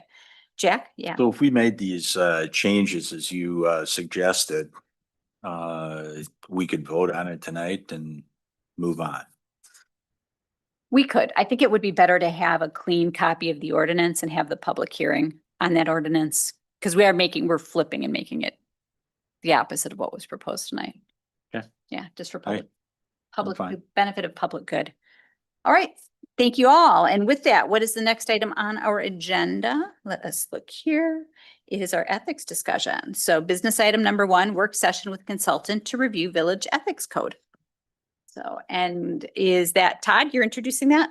Yeah, I can offer a quick introduction. I should show my light. I feel like I'm very shiny with this screen. You're in the spotlight. Yeah, something like that. Kurt Watinsky is with us tonight. He's done some research at the village's request on reviewing the village's current ethics code, comparing that to state code and other communities' codes around Wisconsin. I would consider Kurt a subject matter expert on almost all things municipal government in Wisconsin. He was a longtime attorney and deputy director for the League of Wisconsin Municipalities. Retired a year or so ago, and I'm glad he was willing to pick up this project for us. The reason I reached out to him to assist is because, frankly, over my career here in Waunakee, I've had questions from Waunakee board members that I haven't been able to give a good answer to. In that ethics also is not my area of expertise. When a new board, Jack, I remember when you were in my office for our first kind of orientation meeting, you asked me some questions about our ethics code that frankly weren't very clear within our code, and we we're kind of left without a good answer. during that meeting. So I've heard those questions for years, and it's been at least, I'm trying to remember, I don't know if any board members are here when we've had sort of an ethics refresher for the village board. It's been at least 5 years, if not more. So I'd like to consider this also, not only is it an opportunity to look carefully at our code, which hasn't been touched for many, many years, but also to spend time talking about the topic of local government ethics and elected officials, and a chance to ask questions of the expert for the benefit of the village board. So with that, I'm happy to turn it over to Kurt. All right. Good evening, everyone. Thank you, Todd, for that kind introduction. As Todd said, my name is Kurt Watinsky, and let me just say up front that I consider it a real treat to be able to meet with you this evening and work on this project. When Todd called me a couple of months ago to propose that, to invite me to offer a proposal to work on this project, I immediately was intrigued and thought this would be a great opportunity, not only to work with you, but also the staff. And Todd is someone who I've worked with in my past life, where I worked for the League of Wisconsin Municipalities. I had the pleasure of working with Todd for many years, considering him to be one of the best administrators in the state. And so anyway, I just thought I want to take advantage of this opportunity. So let me just, I'm not as good at with the trying to share this. Let's see. There it is. All right, great. Okay. All right. So as Todd said, I was hired to review the village's ethics ordinance and then offer some recommendations and enter into discussion with you. And we also thought, as part of this kind of presentation of the research I did, we would take an opportunity to kind of go through a training of the state's laws concerning local official ethics. And so this will be a two-part discussion. One will be a presentation, and then after the presentation, there'll be a facilitated discussion to talk about what would the board like to see possibly in a new and revised ethics ordinance that the village could adopt. All right, so why don't we start here? So here's the kind of the four goals of tonight. First thing I want to do is kind of start with some big picture questions and just get focused in on ethics and local government in particular. And then we'll spend some time reviewing the state code of ethics for local officials, which is in 19.59 of the state law. Maybe some of you are already familiar with it. Maybe you've read it yourselves. But as many times as I read it, it's always beneficial, I think, to review it once in a while. And then I'll talk about another state law that's relevant to the state code of ethics as well, which prohibits local officials from having a private financial interest in a public contract. Then the third goal is to review and critique the Waunakee's current ethics ordinance. We'll spend some time looking at, okay, what's in the current ordinance and how long has it been in place and what are maybe some areas that could be improved. And then the final step is, as I said, to review some ideas, some items to possibly include in a new and revised ordinance. And I've taken these about 18 or 19 items from different communities around the state, looked at their ethics ordinances, and also would present the idea of retaining some of the items that are already in the village's current ethics ordinance as well. So we'll walk through there, hopefully get a consensus from the board, like, oh yeah, this is something obviously we want to continue to have in our ordinance or include in our ordinance, or this is something that's outside of the scope of what I kind of envisioned as being in the ethics ordinance. So that's the goal. All right. And I'm going to skip. So for purposes of time, because this, we're starting here at 7:30, we could go for 2 hours. Nobody wants to go for 2 hours on ethics. So I'm going to skip through some of these slides. But I do want to start out with an odd question, which is separate from ethics ordinances. Has the board ever considered, and maybe you already have something like this, a policy or something on your books about what we call a code of conduct, which would be maybe in lieu of or in addition to an ethics ordinance. So an ethics ordinance is designed to address and make sure that people understand the lines they are not supposed to cross over to avoid self-dealing, to avoid using your powers to take advantage of your position to provide an advantage to yourself or a member of your immediate family or a business that you own. That's what ethics ordinances focus on. Usually it's financial advantage from your position. Codes of conduct talk about a different aspect of local government official behavior and focus in more on behaviors that would also undermine public trust, but are more about decorum and civility and how we treat one another, both on the board and in the public and staff and the media. And so I just offer that for your thought. I think it's relevant to this discussion, but we won't spend any more time on this tonight. But I offer this, and I don't know if any of you took a look at this link here to City of Eau Claire's Code of Conduct, and I was impressed by it. And I thought it would get at some of the things, I don't know if you've read in the media about what's going on in one of our neighboring Dane County community, DeForest, which there's a trustee, who's alleged to have, engaged in some harassment and stuff like that and is facing a recall. That Eau Claire's Code of Conduct would kind of address that type of behavior where an ethics ordinance really wouldn't. So that's kind of an example of what I'm talking about here. And incidentally, way more communities in the state of Wisconsin, like 70% probably, have adopted ethics ordinances. Far fewer have these codes of conduct kind of laying out, well, here's how we expect to treat one another on the governing body. Here's how we expect we will treat the public and our staff and things like that. So one or two cities around the state have adopted both an ethics ordinance and a code of conduct. City of Madison is one of them. City of Madison recently adopted their code of conduct, and they borrowed a lot of it from Eau Claire. It's interesting, Eau Claire doesn't have an ethics ordinance. They just rely on state law, but they do have the code of conduct. All right, I'll leave that just for you to think about and look at in the future. Okay, some other big picture questions. Does the state of Wisconsin require municipalities to adopt ethics ordinances? And the answer is no. It's at your discretion, and I already said 70% or so of the communities in the state have adopted. Others rely on state law. So another question, which has an obvious answer: does state law regulate the ethics of municipal officials? And I've already made references to those laws, and yes, the answer is yes, and fairly comprehensive. And we'll spend some time looking at that.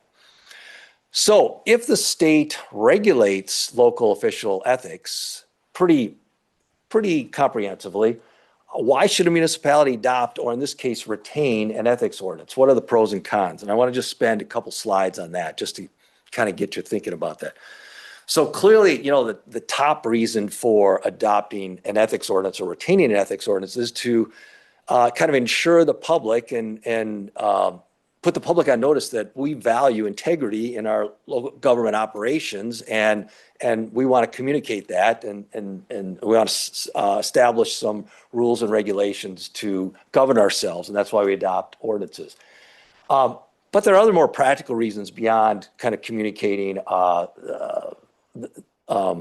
rules and regulations to ensure public trust and confidence in the integrity of local government. And these start with number 2 here. So a local ethics ordinance can fill holes in the state code of ethics. There are some coverage issues in the state code of ethics for local officials. And that has to do with definitions that the state has used. They define local public office. Not all village employees are covered. For example, police and fire chiefs who are appointed for indefinite terms by police and fire commissions are not covered by the state code of ethics. So you could, in your local ethics, expand and make sure that the scope covers all employees and all elected officials and all appointed officials in the village. That's one reason to consider adopting. Another reason is a local ordinance could be tailored to address some of your specific concerns. The village might have some specific concerns that are not addressed by the state code of ethics for local officials. One example would be a local ordinance could impose a requirement that public officials and candidates file a statement of economic interests. That's not a requirement that's built into state law. That's something, some communities have adopted. Another reason to consider adopting or retaining a local ethics code is because enforcement decisions, if they ever become necessary, which we hope they don't, but they become a matter of local determination instead of at the discretion of the district attorney. Because the state code of ethics for local officials is enforced by a district attorney in the name of the state. And so all the discretion lies with your district attorney, and they would only take action based on a complaint filed by a citizen or, a community or something like that.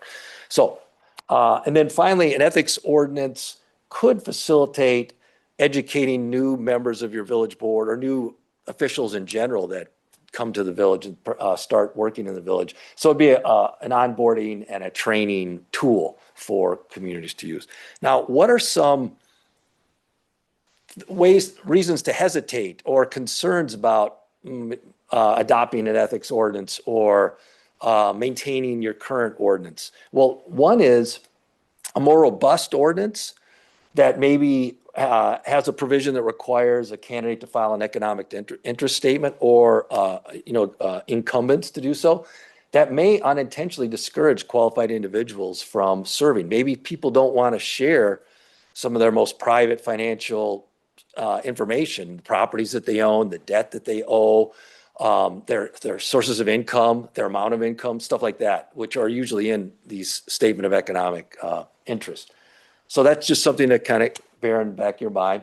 Then there's potential costs and administrative burden. There'd be potentially some staff time and money to monitor compliance, receive complaints, and investigate violations.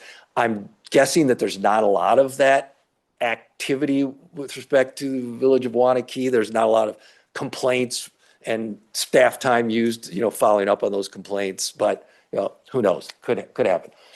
Then the third, I think, reason to maybe have some reservation about adopting or retaining your own ethics ordinances, there's a risk of political weaponization. And when I was on the League of Wisconsin Municipalities, an employee there, and I took a lot of calls as an attorney from municipalities around the state. Oftentimes, the reason someone would bring up an ethics violation concern about someone on the village board or the city council is because they disagreed with a policy decision or some other action or activity that the board or council was engaged in. So it was really a tool to stop or veto something that was advancing that they didn't agree with. And so a local ordinance would make it easier for people to file ethics complaints against board members. And as a result, complaints could be used as tools for political vendettas, harassment, or to block proposed policy changes. So that's just something to also to keep in the back of your mind as you consider whether to make any changes to the ethics ordinance. All right, now I'd like to kind of shift into an overview of the state code of ethics for local officials from a kind of a 30,000 foot level and just reintroduce you to this law in case you haven't looked at it in a while or haven't had any training on it in a while. So the state code of ethics for local officials was first adopted in 1992. It contains 5 prohibitions, standards of conduct, and we'll go over each of those. It's overseen by a state agency called the Wisconsin Ethics Commission, and that commission has over the years produced interpretations of the law, so opinion letters, and offered guidance documents, and they post all that information on their website, and it's very useful. So when there are questions of interpretation, there are tools available online to look, and your attorney can use that also. So one of the first questions that we want to talk about when we talk about the ethics code is, who does it apply to? We kind of already touched on that. There are definitions of local public officials and who hold local public office. Obviously, it includes elected officials such as yourself and most officers and employees of the village. It would apply. Not all, though, and we already talked about that. There are some 4 key definitions in the state code that really you kind of have to keep these definitions in mind to understand the application of the code and the rules that the code has in place. And so we're just going to go over a couple of these definitions real quickly. So the first is anything of value. And this is important because one of the standards is you're not, as a local official, you're not supposed to receive anything of value if it could reasonably impact your judgment on an issue that's before the board. Well, what does it mean, anything of value? It's kind of intuitive. It's any money, loans, promises of employment. You get the point. It does not include compensation that you receive as a village trustee, so you could conceivably vote on that without violating the ethics code. And it doesn't refer to any payments to reimburse you for any costs that you incurred as a village trustee. So incidentally, if you look at this definition of anything of value, it doesn't have like a monetary threshold. It doesn't say, oh, any money amount over and above $25, $50, something like that. So the state has left that off of there. There isn't anything like that in the state law. So we don't have like a nice bright line. Another definition to keep in mind for purposes of this law is immediate family. And that means an official spouse or relative by marriage, lineal descent, or adoption. And here's the critical part: who receives some financial support from the official. So there's more than just a blood relationship or an adoption relationship. You have to have some kind of financial connection with the individual. So if your sister or your brother or mother or father would not be considered a member of your immediate family if you were not receiving 50% of your financial support from them, or if they were not receiving 50% of their financial support from you. So that's just something to bear in mind as we look through these rules and regulations. A couple other definitions. We're not going to talk about organization because it's intuitive. It's what it. But what does it mean to be associated with an organization under this law? Because this term comes up a lot. And for purposes of the state code of ethics, it means that you or a member of your immediate family is an officer, director, or trustee of the organization, both this is for-profit or nonprofit, or you own, or a member of your family, immediate family owns at least 10% of the organization. So that's what we're talking about here. It does not mean that you are merely a member of the organization or that you're an employee of the organization. It has to be more than that. You have to be director, trustee, officer, or part owner of the organization. Okay. Now we'll get to the kind of the 5 standards of conduct, prohibited conduct. First one is, and a lot of these are pretty obvious. And I'll just say this, they all tend to sound similar when you kind of read through them real quickly and you're wondering, oh, didn't we just say that, a couple lines ago? But really they're getting at different avenues to using your office for your own private gain, whether it's a substantial benefit, whether it's financial, whether it's anything of value. So the first prohibition here is you're prohibited from using your office to obtain financial gain or anything of substantial value for yourself, immediate family, or organization with which you're associated. Pretty straightforward. Second prohibition is you're prohibited as a public official from receiving anything of value, and we have that definition, if it could reasonably be expected to influence your vote or official action or judgment, or could reasonably be considered as a reward for having taken a vote or an action. Okay, so those are this receiving anything of value. Sometimes you will encounter a situation where you received something and you hesitated and you didn't say, no, I can't accept that. And now you're sitting with this gift or this, I don't know, you go to a conference and somebody gives you something and you're wondering, maybe I shouldn't have received it. The state code does offer kind of a relief valve. Here's what you do with it. Give the item to the village. Here, it's yours. I received this. I don't feel comfortable. It's the village's. You could give it to another local agency or a public institution, such as a library or school. You could give it to a charitable organization in the community. You could return it to the donor, or you could purchase the item at its full retail value. So this is actually written into the state laws, what you could do if you happen to find yourself receiving a gift that you're not comfortable receiving. All right, now we'll talk about the remaining 3 prohibited, the standards and prohibited conduct.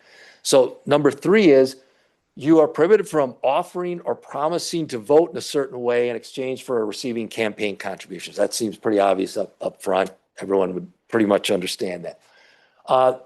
Number 4, you are prohibited from taking official action substantially affecting a matter in which you or a member of your immediate family or an organization with which you're associated has a substantial financial interest at stake. So you can avoid violating this just by abstaining from voting or participating in the discussion. Okay. Number 5, you are prohibited from using your office in a way that produces a substantial benefit for yourself, a member of your immediate family, or an organization with which you are associated. Those two sound pretty similar, items 4 and 5, but they are somewhat different. I'll also point out that items 4 and 5, we just went over, do not prohibit you from taking any action with regard to salaries or employee benefits or reimbursement of actual expenses. And this is most important here, it doesn't prohibit you from voting to modify an ordinance. You just were debating whether to amend some ordinances, modify an ordinance. That's engaged in legislation, and you wouldn't be in violation of 4 or 5 if you were engaged in a legislative action. I can give you an example that there was the only appellate court decision, the only published court decision interpreting these laws involved a village trustee from Linden Station. She voted on a zoning change. The zoning change was asked by her mother. She lived in the house with her mother, so there was some financial connection.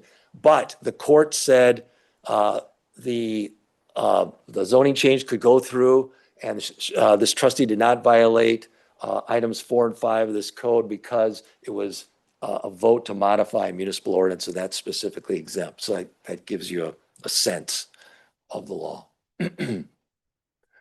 Okay, then just a couple of administrative items to bear in mind with respect to the ethics code that the state has adopted. Any local official, even a candidate for office, can request an advisory opinion. If you have an ethics board, that's where your request go, but you don't have one, so you'd go to the municipal attorney. And if the attorney writes a written advisory opinion and you rely on that, that's protection for you. That means that can show an intent to comply with the law. As I said before, the state code of ethics is enforced by the district attorney, and penalties are up to $1,000 if you are found in violation of. So that's a quick run through the state code of ethics for local officials. And before I talk about one other state law that's also relevant to local ethics, I just wanted to stop here and see if you got any questions about state code of ethics for local officials. Nyla. Yes, I have a question pertaining to prohibited conduct. Who is considered immediate family? Is it if you have adult children and they don't live in the house? I don't know the definition for that. Yeah. So that's one thing I wanted to point out. So definition of immediate family for purposes of this law is you have to have a financial connection. So if you have adult children living in the community, but they're independent from you financially, they're not considered a member of your immediate family for purposes of this law. Thank you. Yeah. Any other questions? Right. Okay. One other statute I want to go over, and there's a number of statutes in state law that really are relevant to ethics, but I'm just going to pick one of them out, and you've probably ran across this before. It's actually a criminal statute. It's 946.13. It's called the pecuniary interest statute, and it basically prohibits local officials from having a private financial interest in a public contract. It's designed to avoid self-dealing or even the appearance of self-dealing. And so basically it prohibits people like yourselves who sit on a village board from entering into a contract while you're serving on the village board with the village. That could be a contract to, let's say, a car dealership, sell a car to the village, to sell property to the village, to you own a business, you'd like to provide services to the village or at least submit a bid. All that is really not permissible because of this 946.13.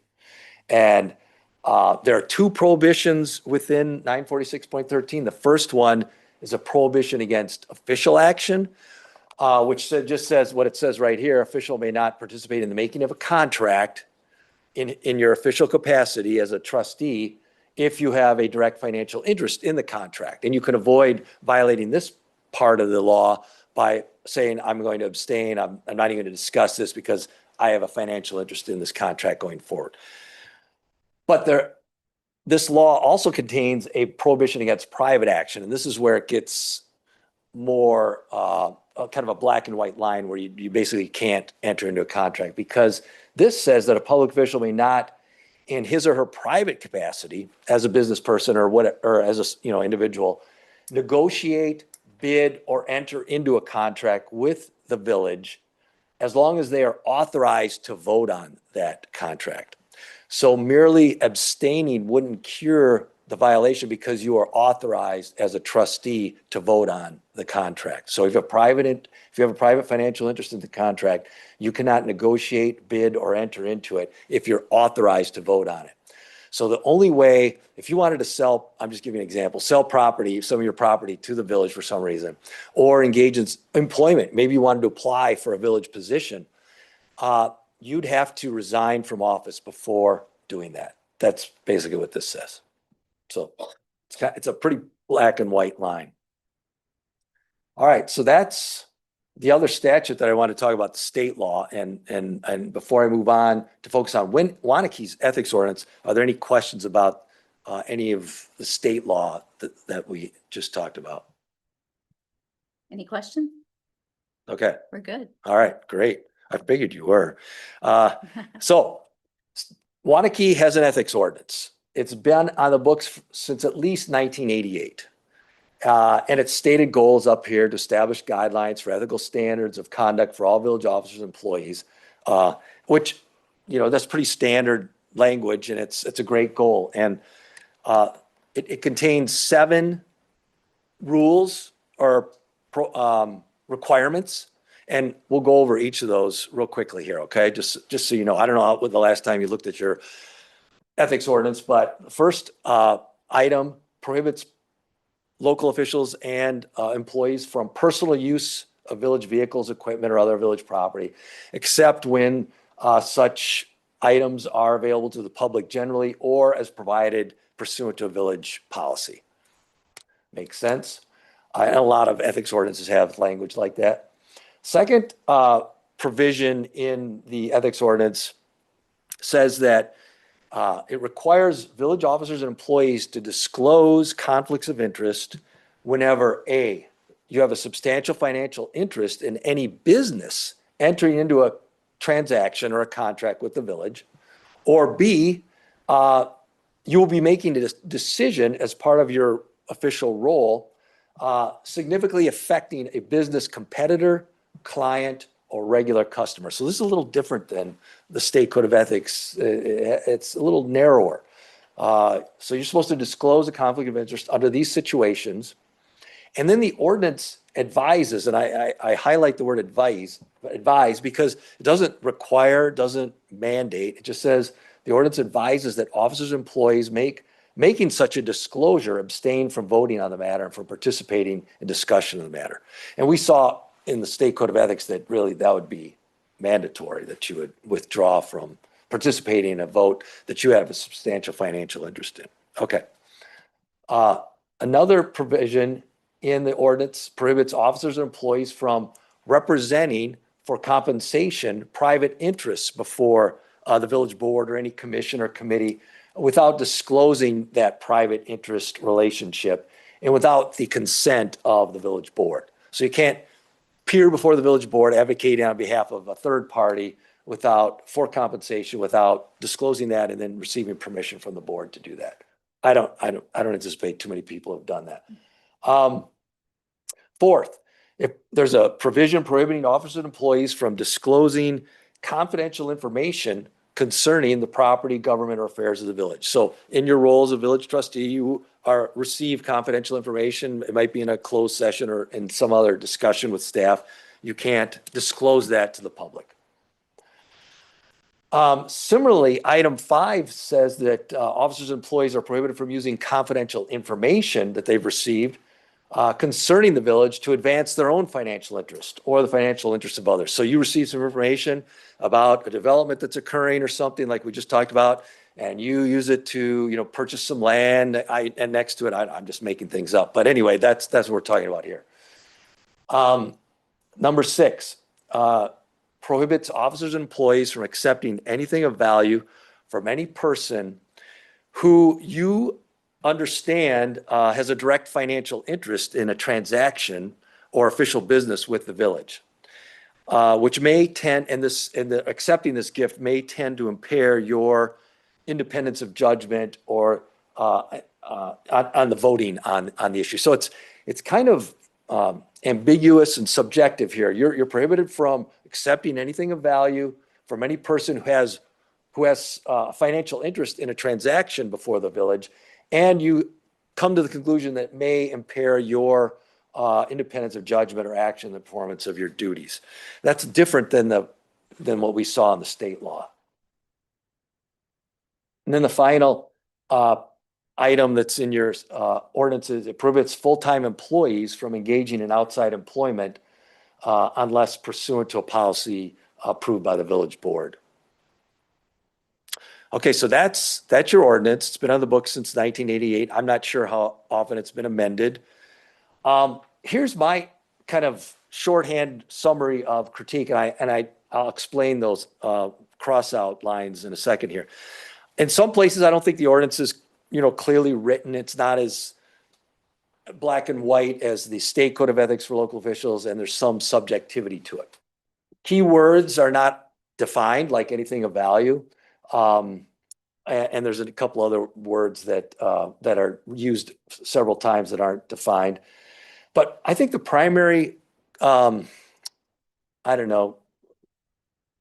with the ordinance is that it contains no method for filing a complaint or registering a concern about a potential violation of ethical standards, and no investigation process is outlined.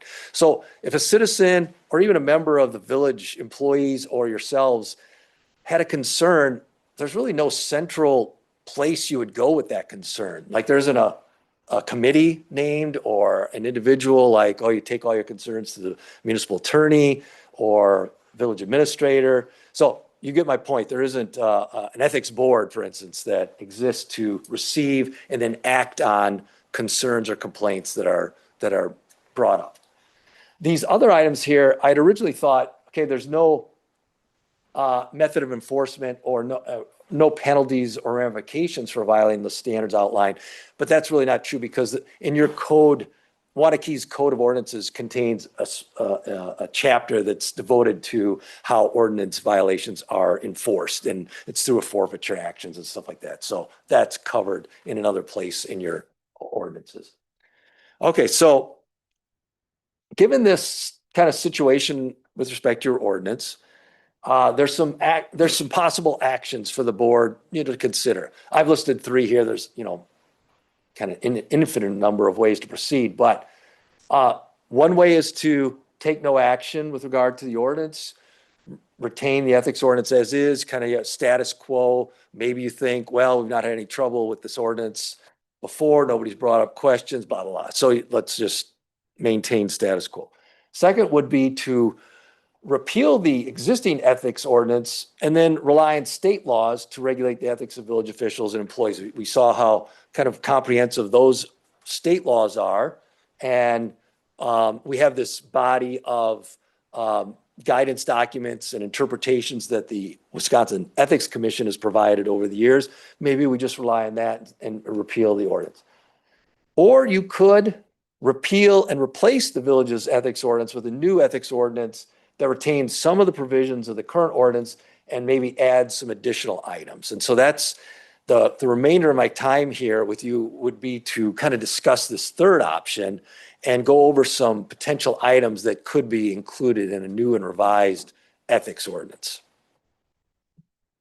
And so, as I said earlier, I've listed like 18 or so possible items that could be included in ethics ordinance. And I've taken those from other communities around the state and then also brought forward some of your provisions that exist in your current ordinance. So the first item here, which I would recommend using the state code of ethics standards as your base in a new ethics ordinance. The reason is they're fairly clear And there's a history, at least by the Wisconsin State Ethics Commission, of interpretations and guidance documents and things like that. So that could serve as your base, and we could Waunakee-ize it by, modifying certain definitions to make it clear that the ordinance applies to all elected, all appointed officials, and to all employees. So that'd be, one way to proceed. And I'm wondering, Chairperson, if we could maybe get a sense when we talk about each of these items before, or maybe there's discussion on some of these items and before we kind of roll through some of the other ones. Yes. So what would you like us first to give feedback on? Maybe number one here on this idea of incorporating starting with as a base, the state code of ethics for local officials. Okay, Sam? I mean, I would agree. The current ordinance was written before the state had it. That's So right. It makes sense to do that. All right, Jack? I agree. Nyla? I agree. Joe? Back to the state. All right, back Agree. to the state? All right, Back You to the agree? state. all right. Okay. We're all in agreement. Great, And okay. I like Waunakee eyes. Yeah. One in my vocabulary. All right. Second one is, and I'm neutral on this. I'm gonna let you folks discuss and debate this, but other communities have done this, and the state law says that a municipality, when it adopts an ethics ordinance, has this option. It actually spells it out. Require that candidates for local office and public officials annually, but if you're an incumbent, you would annually do it. If you're a candidate, you would do it when you become a candidate. File a statement of economic interests. And I don't know if any of you have looked at Dane County has this requirement, McFarland, City of Madison, and they're all kind of similar, maybe some are different, but they all basically get at, what property do you own in the village and maybe surrounding communities, your sources of income over a certain amount, debt that you might owe beyond credit card debt or a mortgage. And this would also be true of maybe your spouse too. So you get a sense of, you're laying out some of your financial connections, businesses that you own, licenses that maybe your business, if you have one, receives from the village and things like that. So those are the type of information. It's usually done electronically. All the jurisdictions that have this now, it's you file electronically. Staff time would be taken kind of confirming that that's been filed in a timely manner, and then public access would be electronically. Now, as I mentioned, there's some pros and cons to this, and I mentioned those kind of earlier. One pro is, hey, it offers some information, transparency to village voters. They become more informed about, potential conflicts of interest of people who serve in public office, and maybe they vote based on some of that information. The negative is it might keep people who might otherwise be interested in running for office from running for office. And these might be people who are highly qualified and highly involved in the village, in their economics of the village and the businesses of the village. So those are some of so I offer an opportunity for discussion of that. So I do have questions about that. Yeah. So is then a candidate or an incumbent saying, I have X dollars in my retirement account, I have X dollars? No, usually usually 401ks and stuff like that are outside of, But like a regular investment account, Yes. not a retirement account? yes. You're Yep, disclosing yep, that? yep, Yeah. Yeah. So business ownership stake and then valuation of the business as well? Like, do you have to disclose like what's on your balance sheet, your debt, Yes, I believe so. And that can be, those details could be worked out but that's kind of the sense of it. Yeah, when you look at some of the other communities. okay. And that's usually like a ballpark, right? From what Yeah, I've seen, it's like and it's over a 5 certain to amount. 10,000. Yes, yes. All right, Joe. I had actually asked about the statement of economic interests a couple of years ago, just if that was something that we would, perhaps want to pursue. And I still don't have a magical answer, but there's one thing that has been shared with me in life numerous times, and that is don't do anything that you wouldn't want to see on the 6 o'clock news. Mhm. So, if we live by that, number 2 is probably not terrible. Not thrilling, but not terrible. Chris? This one is a challenge for me. Only in that my employer, I could just, for me, this does not allow me to disclose how much income I make. So that would make it real, I would not be able to participate or run for board with this situation. I also wouldn't want to disclose to my employer my past income, because they could base what they're giving me off of what I already received from my past. So that would be a challenge too. So I could see where this could be, I mean, those are my challenges. That doesn't mean everybody else. And so to Kurt's point of, you'd probably not have some people run, I would be one of those people that wouldn't probably be able to run for that reason. Now, if there's a way for us to say we could give it to our attorney, and our attorney was the person who had it and made sure that there wasn't conflict, that'd be fine. But to have it for the general public, I don't think that would be challenging for a lot of people, I think. Yeah, and let me just say that Trustee Kaufman, right? Trustee Kaufman made a point that a lot of times the income side is more like list employers or other sources of income above 50,000 or like 25,000 or something like that. So it doesn't pinpoint exactly. So just want to clarify that. And also just also for general purposes of understanding what we're doing here, I'm trying to get an idea of what I would include in a draft of a new ethics ordinance. Just get a kind of a consensus, but this isn't the last time you're going to be able to say yes or no. So then I would draft something up on the basis of this discussion, give it to staff, and Brian would review it and staff would review it, and then they would, turn it over to you in the more of a, to discuss or have a public hearing on, or whatever the case might be. Aaron. Yeah, I am less interested in us pursuing this addition. And I'm conflicted with that because I've personally used this on like a national level to look at who am I voting for, where do they come from, what's going on. And I also think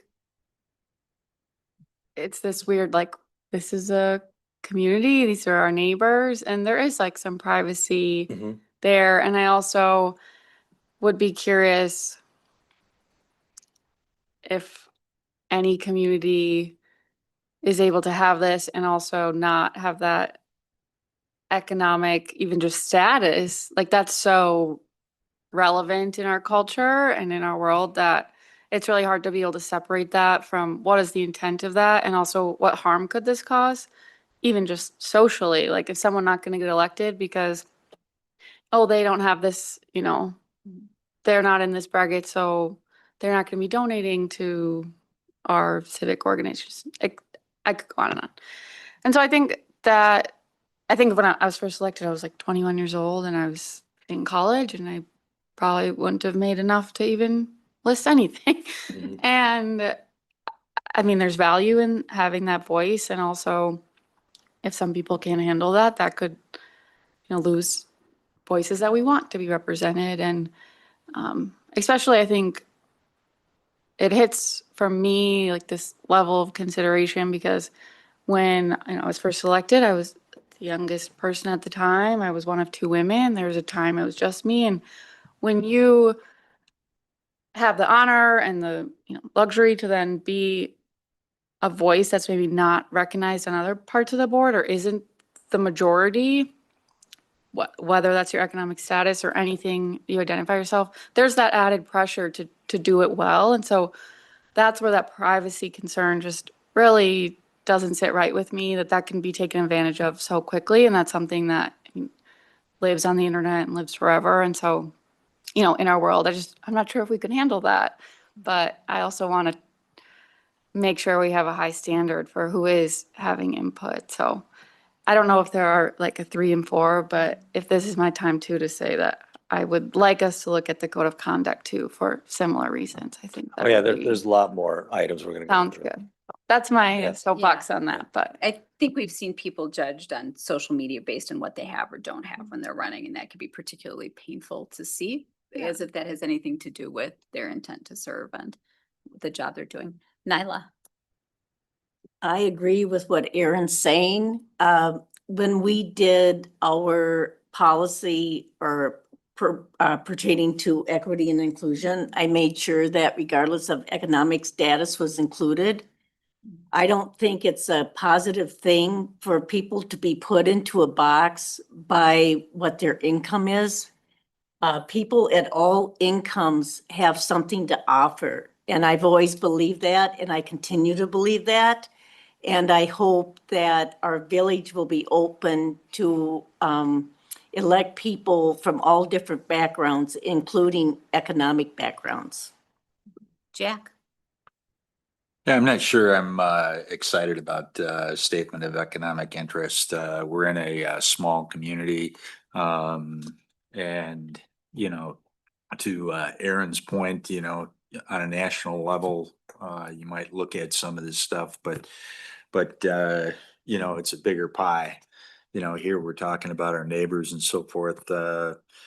It, you know, I think, you know, if we look at the people on the board, you know, I think they're,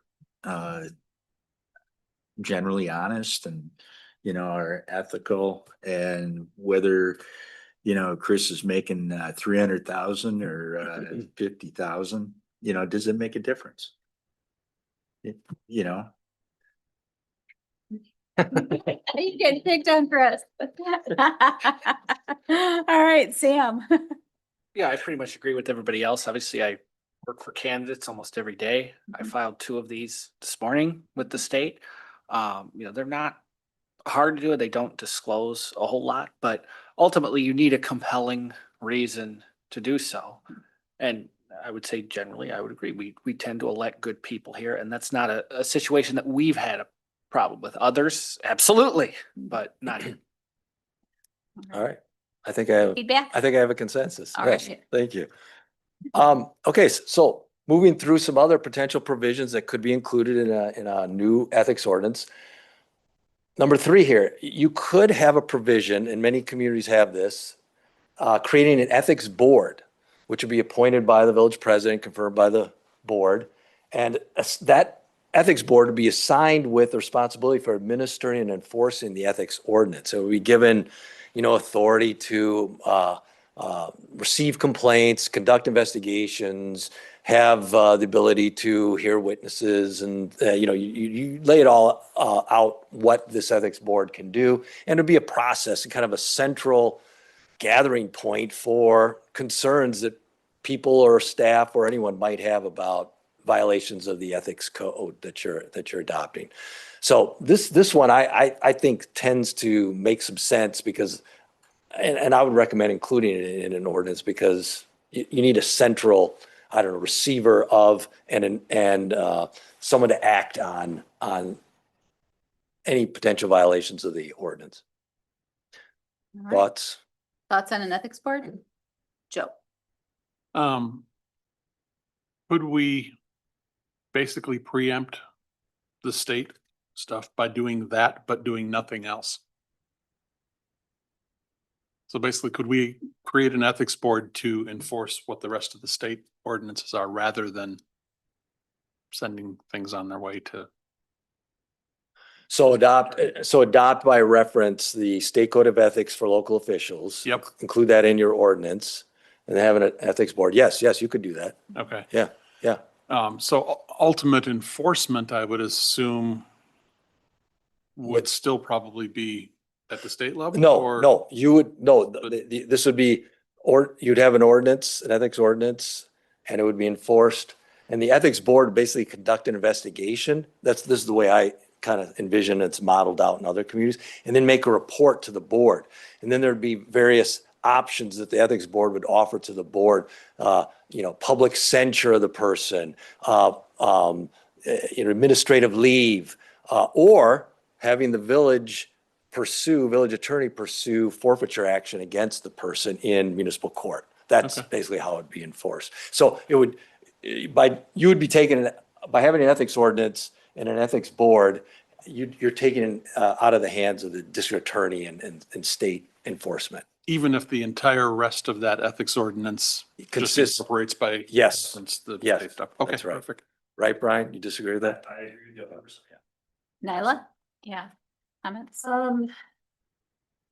I think an ethics board is better than the board determining directly if someone's broken ethics or not. I think it's a better channel than someone coming to a board and we make decisions perhaps pertaining to trustees that we're on the board with. So yes, I'm in favor of the ethics board. Jack? I guess, when you look at the ethics board, you look at what are the qualifications that somebody's going to say, I'm putting this person on or I'm putting that person on. I think, I would lean more towards, I think you talked about the municipal judge or village judge or something that somebody, is more trained, in this area than, putting a board together. That's the way I would potentially lean, because I'd be concerned with, in today's political environment. Chris? So I'm not directing this at our board at all in any way, shape or form.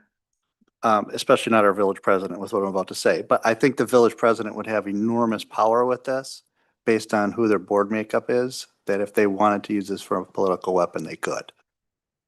It absolutely opens that door, I think. So I'm in favor of staying maybe with the judge or with the state and just having the district attorney take care of it. Sam? I share a lot of that concern. You also have to find people to fill it. You need somebody who's an attorney in the state bar. A lot of them also still end up having one board member on it anyway. And Yeah. then you get put in an awkward position potentially from that respect. So I like the idea, it also gives the municipal judge, a little more to do that relates to what we do here versus doing citations and whatnot. So I like that suggestion. All right, Erin?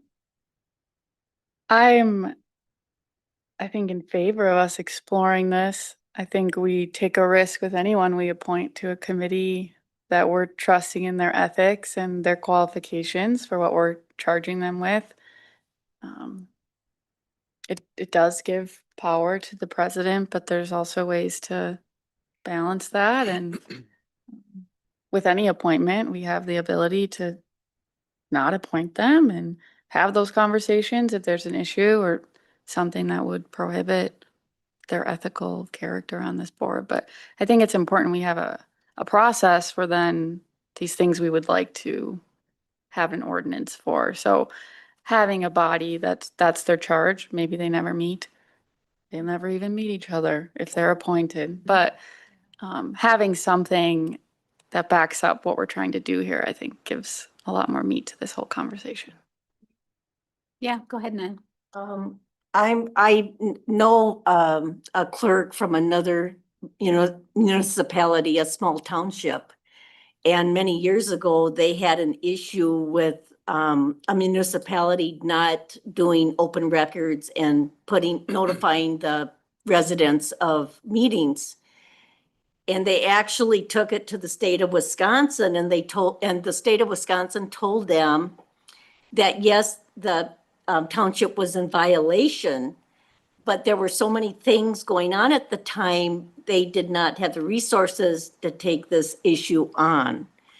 So I don't know that depending on the DA necessarily, and depending on them is the best thing. It could take a long time.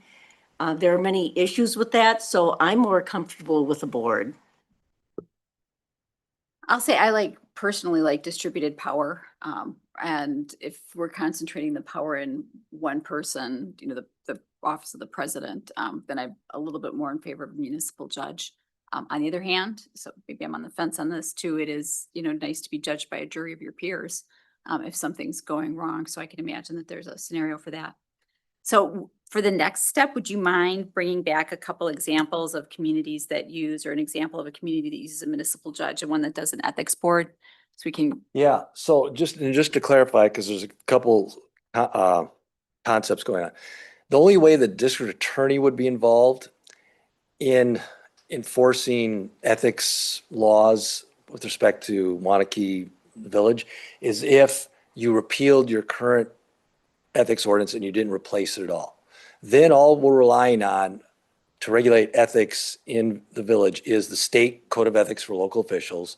And then that's what the DA would investigate and then enforce if there was somebody complained and brought it to their attention that there was a potential violation. So in order for the municipal court to be involved, you have to have a municipal ordinance. So you'd have to have an ordinance in place, and then there have to be some methodology for, I don't know, somebody have to be cited, and then to bring them before the municipal court. So a citation would have to be issued by someone against an officer, against an official, and saying, oh, this person violated, the ethics ordinance, and then it would come before the municipal court. Is that accurate, Brian? Yeah, I agree with that. And I think it would probably have to be the village board Yeah. that would essentially authorize the issuance of the citation. Yeah, I think you're right. If there's an ethics board, then does the village board, I think are they removed typically from the way thing, responsibility? I don't have Kurt's experience with the ethics ordinance. I have some experience, but not as broad. But what I've seen is the ethics boards makes a recommendation Yeah. to the board. government, so either the common council or the village board. So it would still ultimately be the village board that would make the decision Right. as to whether or not the issue, and that's the situation where you have the citation that goes to the municipal judge. Yeah. Is that enough feedback to bring us? Yeah, back so information? I'll offer a couple different options on this particular issue. Thank you. Yeah, okay. All right, moving through some other potential provisions that could be included in ethics ordinance. So some of these provisions are like your current ordinance to just be rewritten a little bit. So disclosure of confidential information. So a provision like language in the village's current ordinance prohibiting officials and employees from publicly disclosing information, obtained in a closed session or otherwise obtained in their official capacity, if it's not been communicated to the public yet. It seems kind of like a no-brainer, but anybody got Yeah, thumbs down to that? thumbs Okay. up. All right, thumbs up. All I right. thought we had this already. Right, you do, So, you do. We do, okay. But this would be, I just want to confirm you want to carry it forward, basically, yeah. Similarly, using confidential information for your own financial gain or to help somebody else, same concept, just bring that forward as well. Thumbs up. I don't see, okay, sounds good.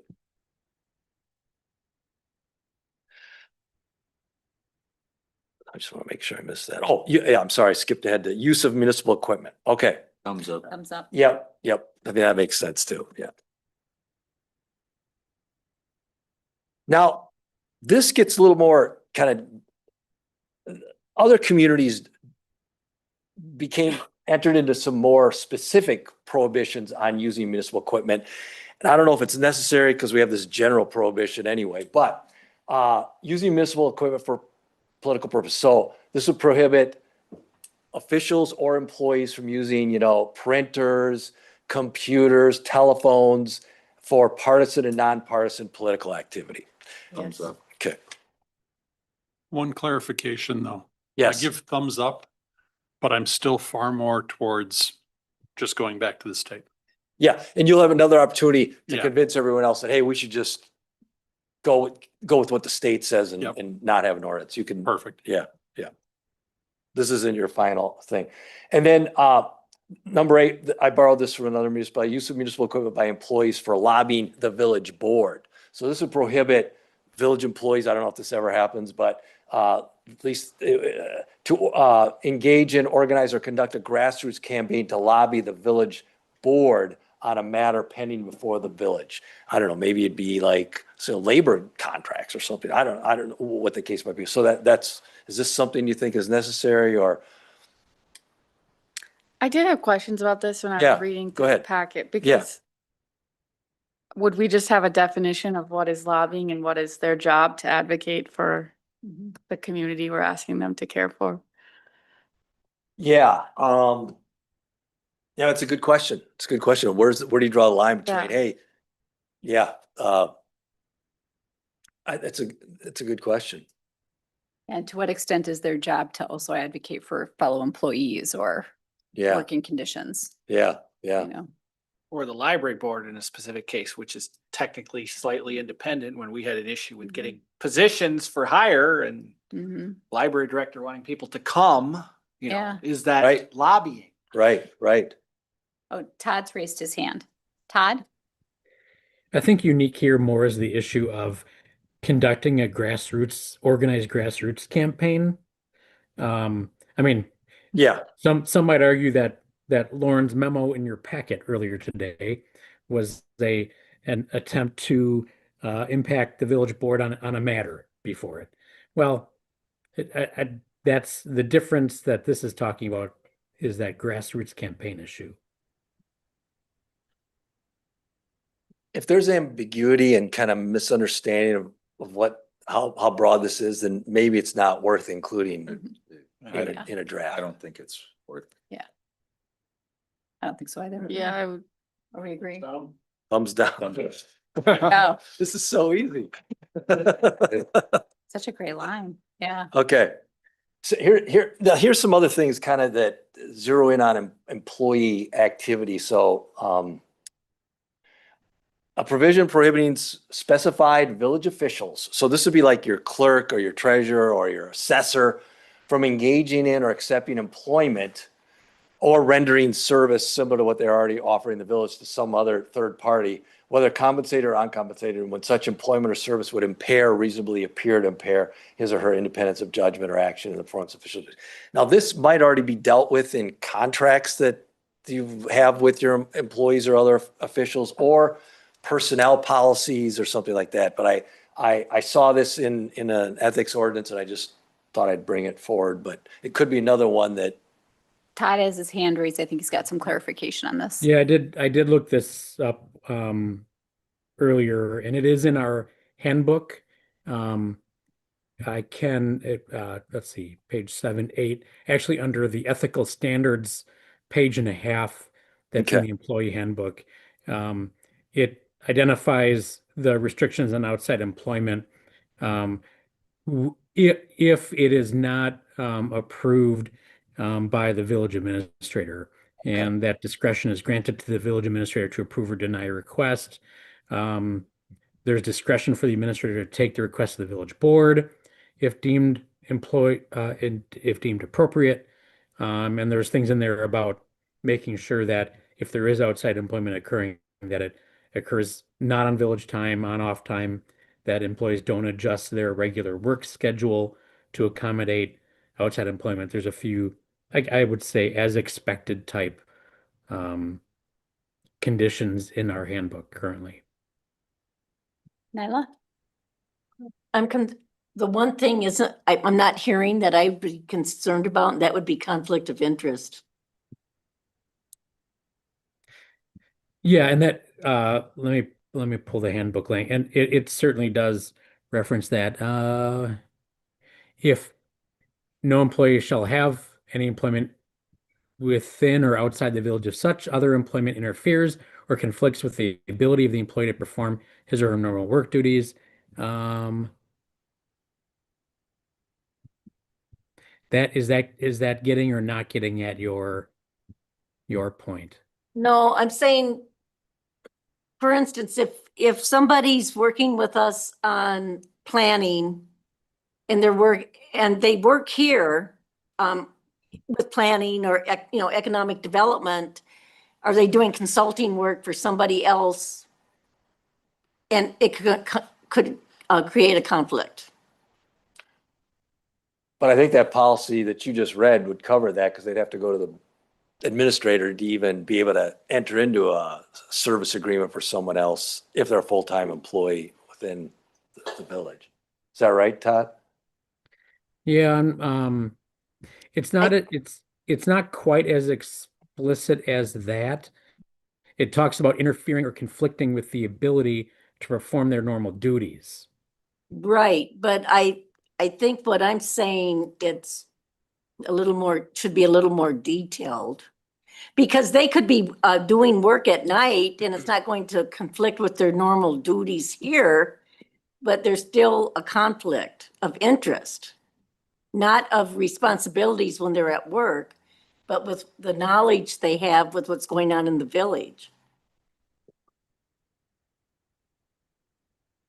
Well, Todd, you're working on updating that handbook right now. Yeah, and maybe in the meantime here, Kurt, why don't you flag this? Maybe you and I can look at this quick. There may be I'm following what you're saying, Nyla. So maybe there's a reasonable approach that wouldn't be too difficult to modify, either in our handbook or within this code that we're talking about tonight. Thank you. All right. Okay, moving on.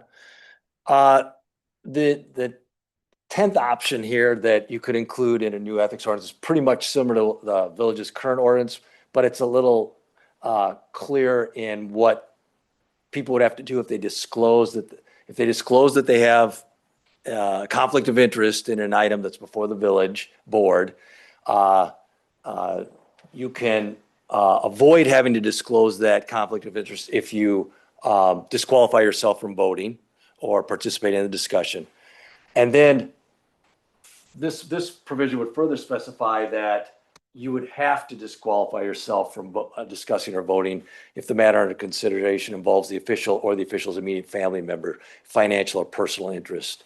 So I don't know if you remember, but the current ordinance advises you to not participate. This would require you not to participate, which is just seems kind of a logical upgrade to the current ordinance, basically. Provision of the current ordinance. Feedback? Love a logical upgrade. I would define what immediate family is in the Yeah. revised ordinance because Yes. it doesn't say that now. Yes, that's right. And we could clarify that we're picking up the state's definition of immediate family. Yeah. Okay.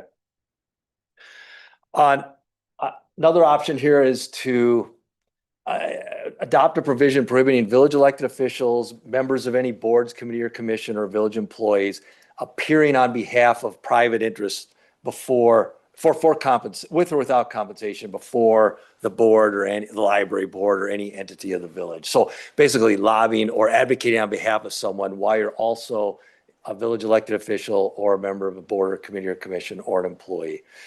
There'd be a prohibition against doing that, appearing on behalf of private interest before the board. So I cannot come and lobby the board during public comment. Or someone else, or a Okay. third party.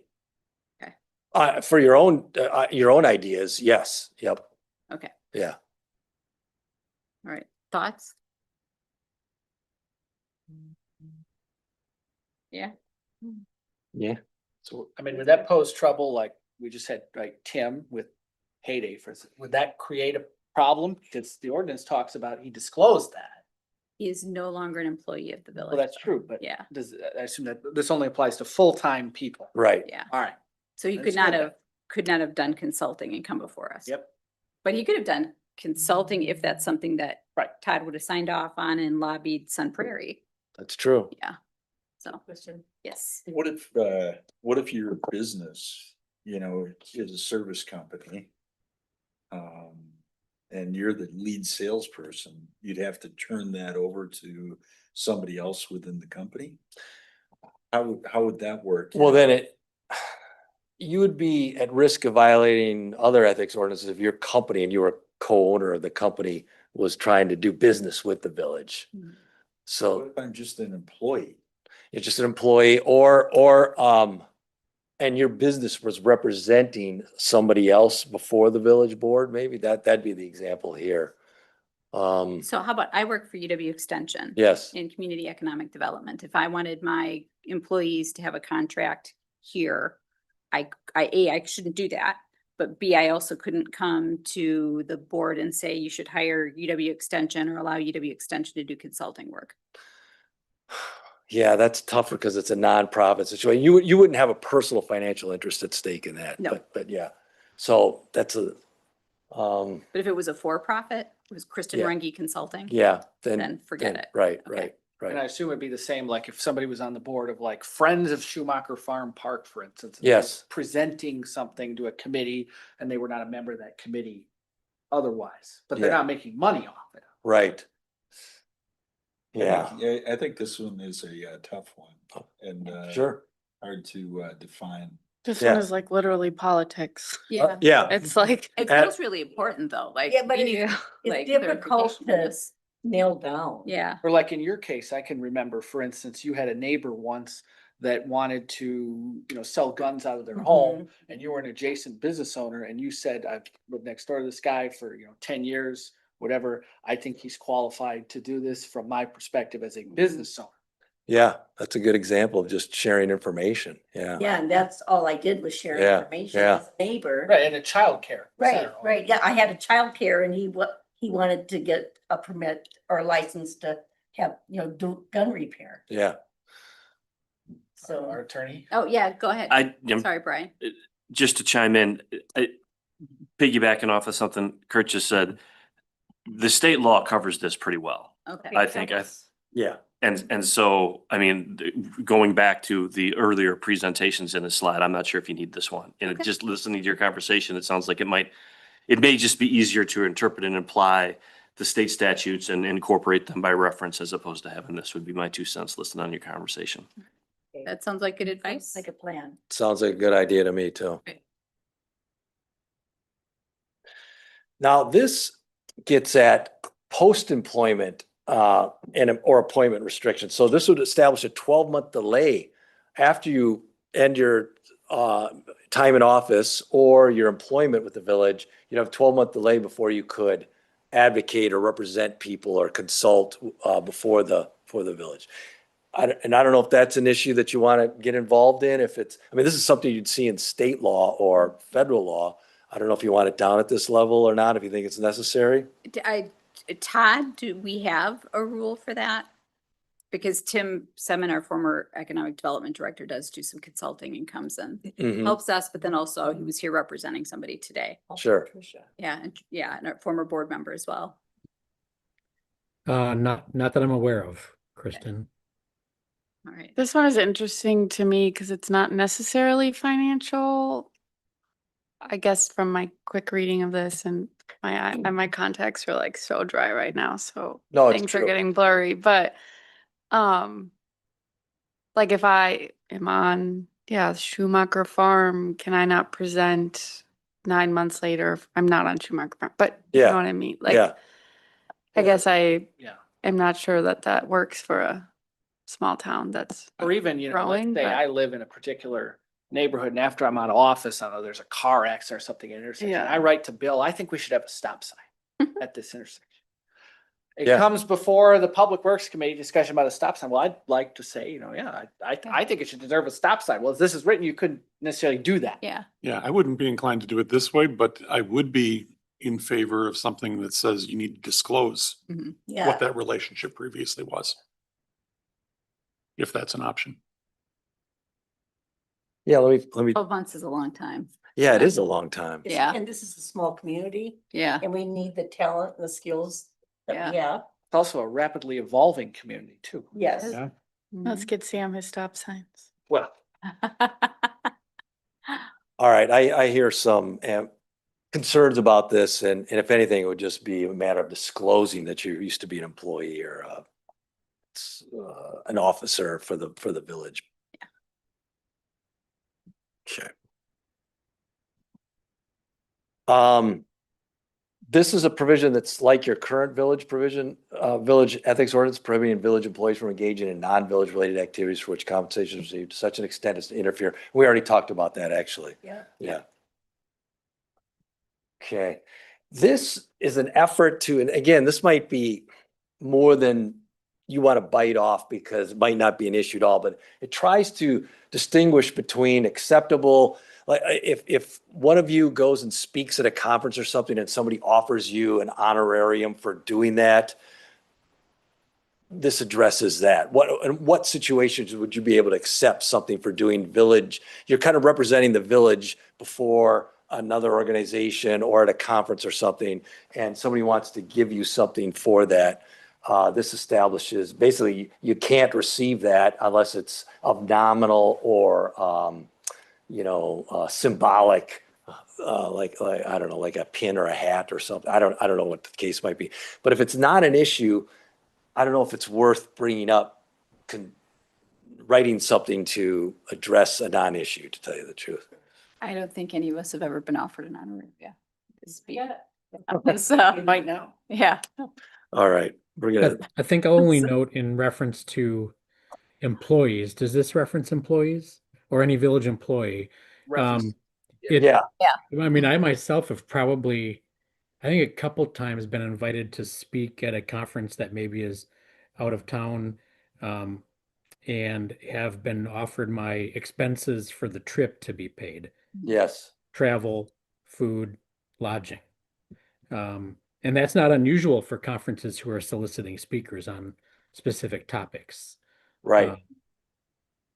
And one way you could interpret that, Cover that though, because we can get paid for expenses.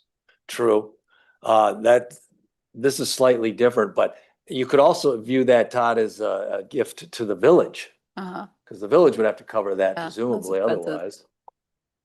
Yeah, I personally wouldn't consider that to be unethical. No, and I wouldn't want us yeah. to. In fact, it's almost Yeah. more of a, hey, way to go, Waunakee, you've got employees who are sought after on subject matter specific items. So Yeah. Or not, extending an offer from a conference, extending an offer and then expecting you to cover your own expenses. That's always feels odd. As an, pardon? In this economy? Yeah.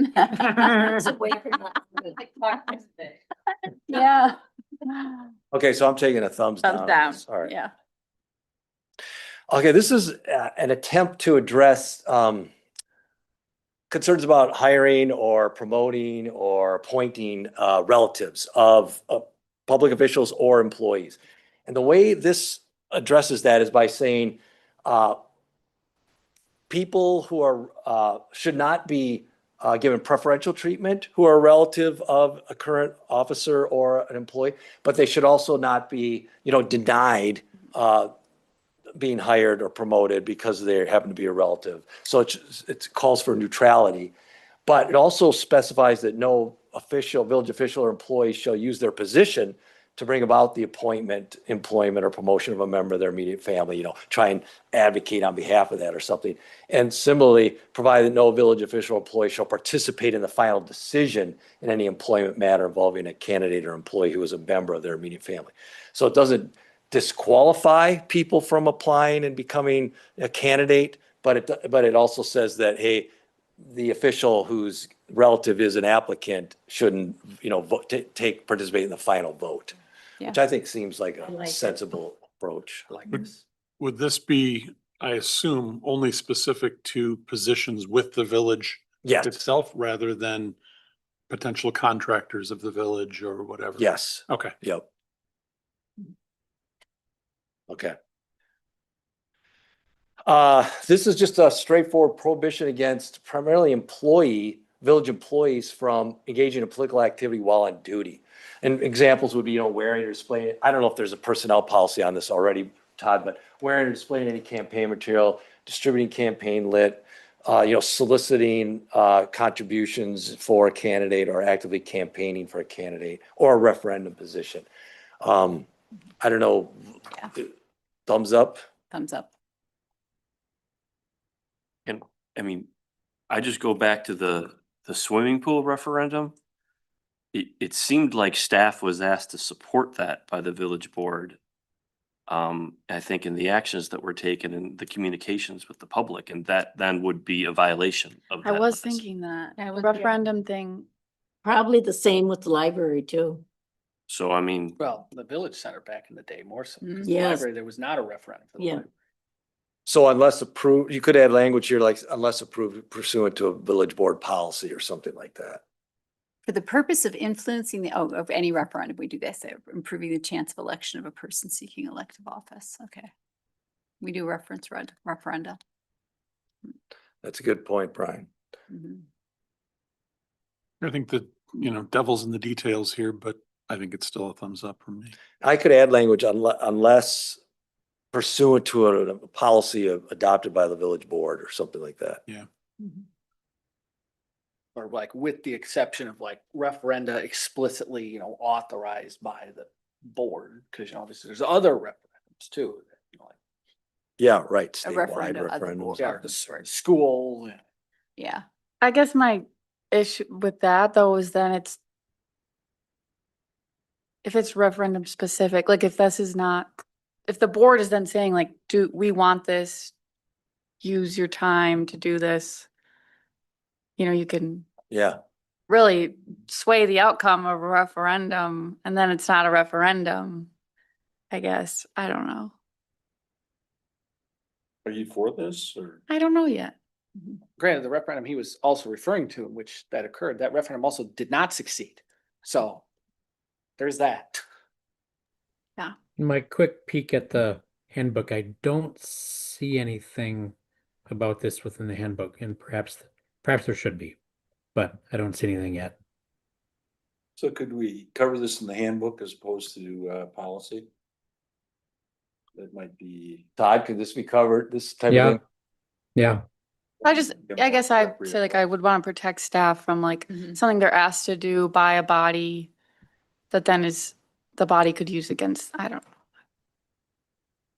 Yeah, the issue is the board may be split on Yeah. how they see something and then it comes back on the employee and it should never come back on the employee.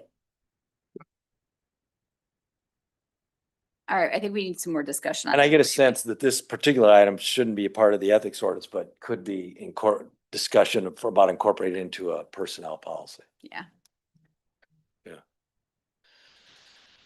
This one, this would prohibit local elected officials from soliciting from village employees political support, including contributions, display of posters alongside name on supported list.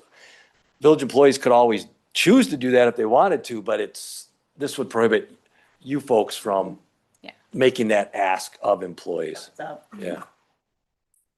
I mean, I'm fine with the clarification. I'll just say, I think over my time, I have seen, village board members with their circulation papers at, in municipal buildings.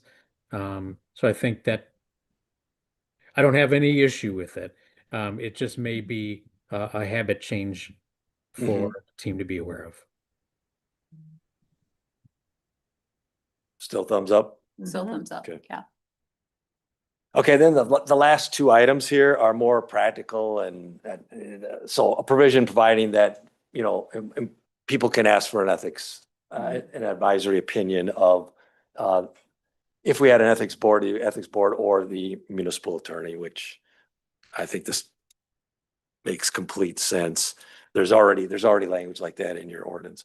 And then this last part was more about enforcement of penalties, and it was kind of presents the idea of if we had an ethics board, it'd be the ethics board that would present a report, and these are like some of the options the ethics board would have to present as enforcement actions, like sanctioning, censuring, reprimanding, or down here finally forfeiture. But since based on that discussion earlier, there was some hesitancy to go with an ethics board, so I'm going to take this part under advisement and come back with a plan B on how to enforce the ethics ordinance.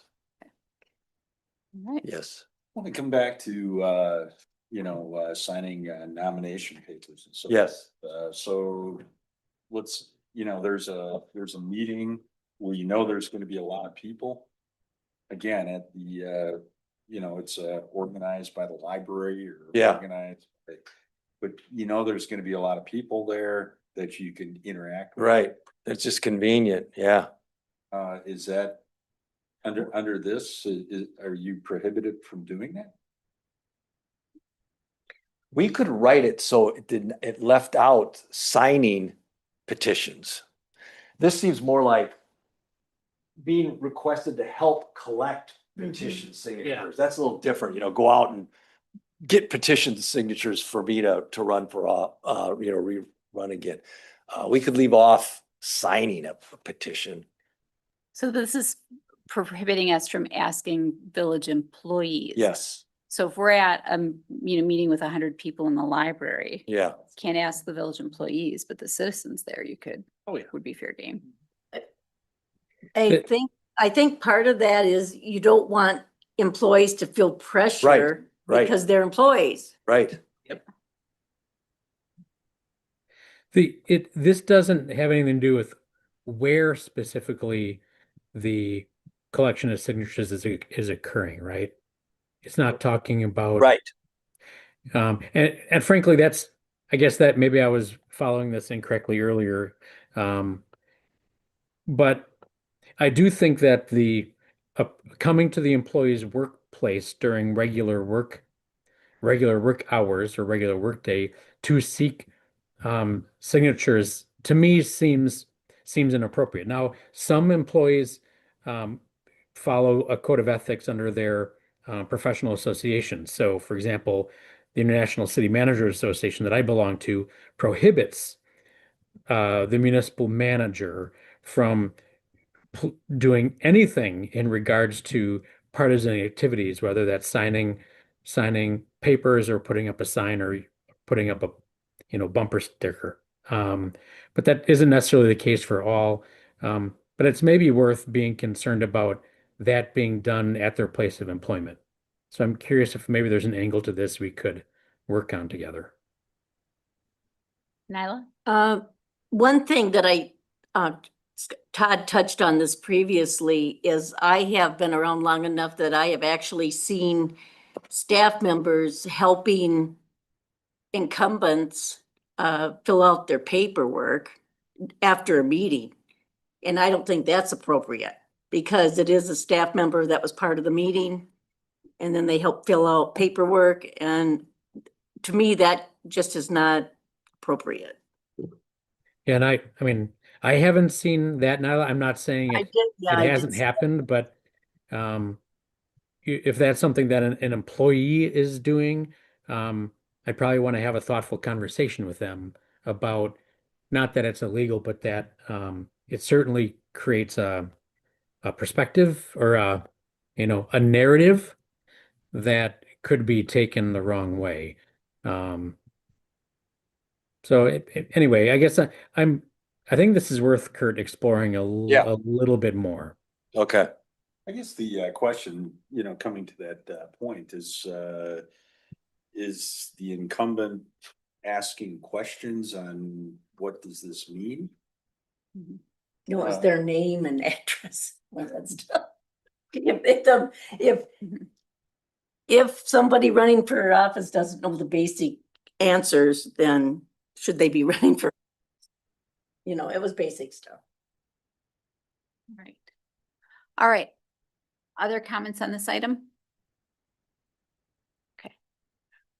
Okay, I have enough to work with and massage and make all of you very happy when it comes. Awesome. One of the things that Aaron mentioned, and I think is probably of interest, is a code of conduct around civility and how we treat one another.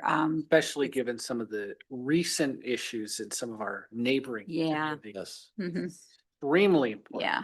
We can all use more civility, diplomacy. So maybe next time we can explore that. Yeah. It's 9:00 at night, so. Oh, I know. That's my ad I'm lib. very aware I'm of a that. little Tired. So.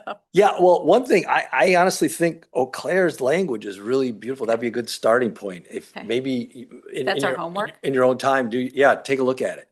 All Yeah. right. And it could have be like, oh, this is something we could live with. Yeah. Okay. Well, I'll read it and we'll have a quiz. Yeah, All right. I'll Here we pull go. that up. I'll pull that link up and send it out to the board members in an email. Great. All right. Thanks for your attention. Thank you, Kurt. Thanks. Thank you so much. Yeah. Yeah, we appreciate your time and your effort in this. And thank you, Todd, for organizing it. All right. What's left on the agenda?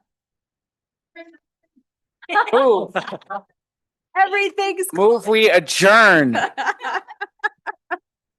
Second. All in favor? Aye. Opposed? Motion carries. Good night.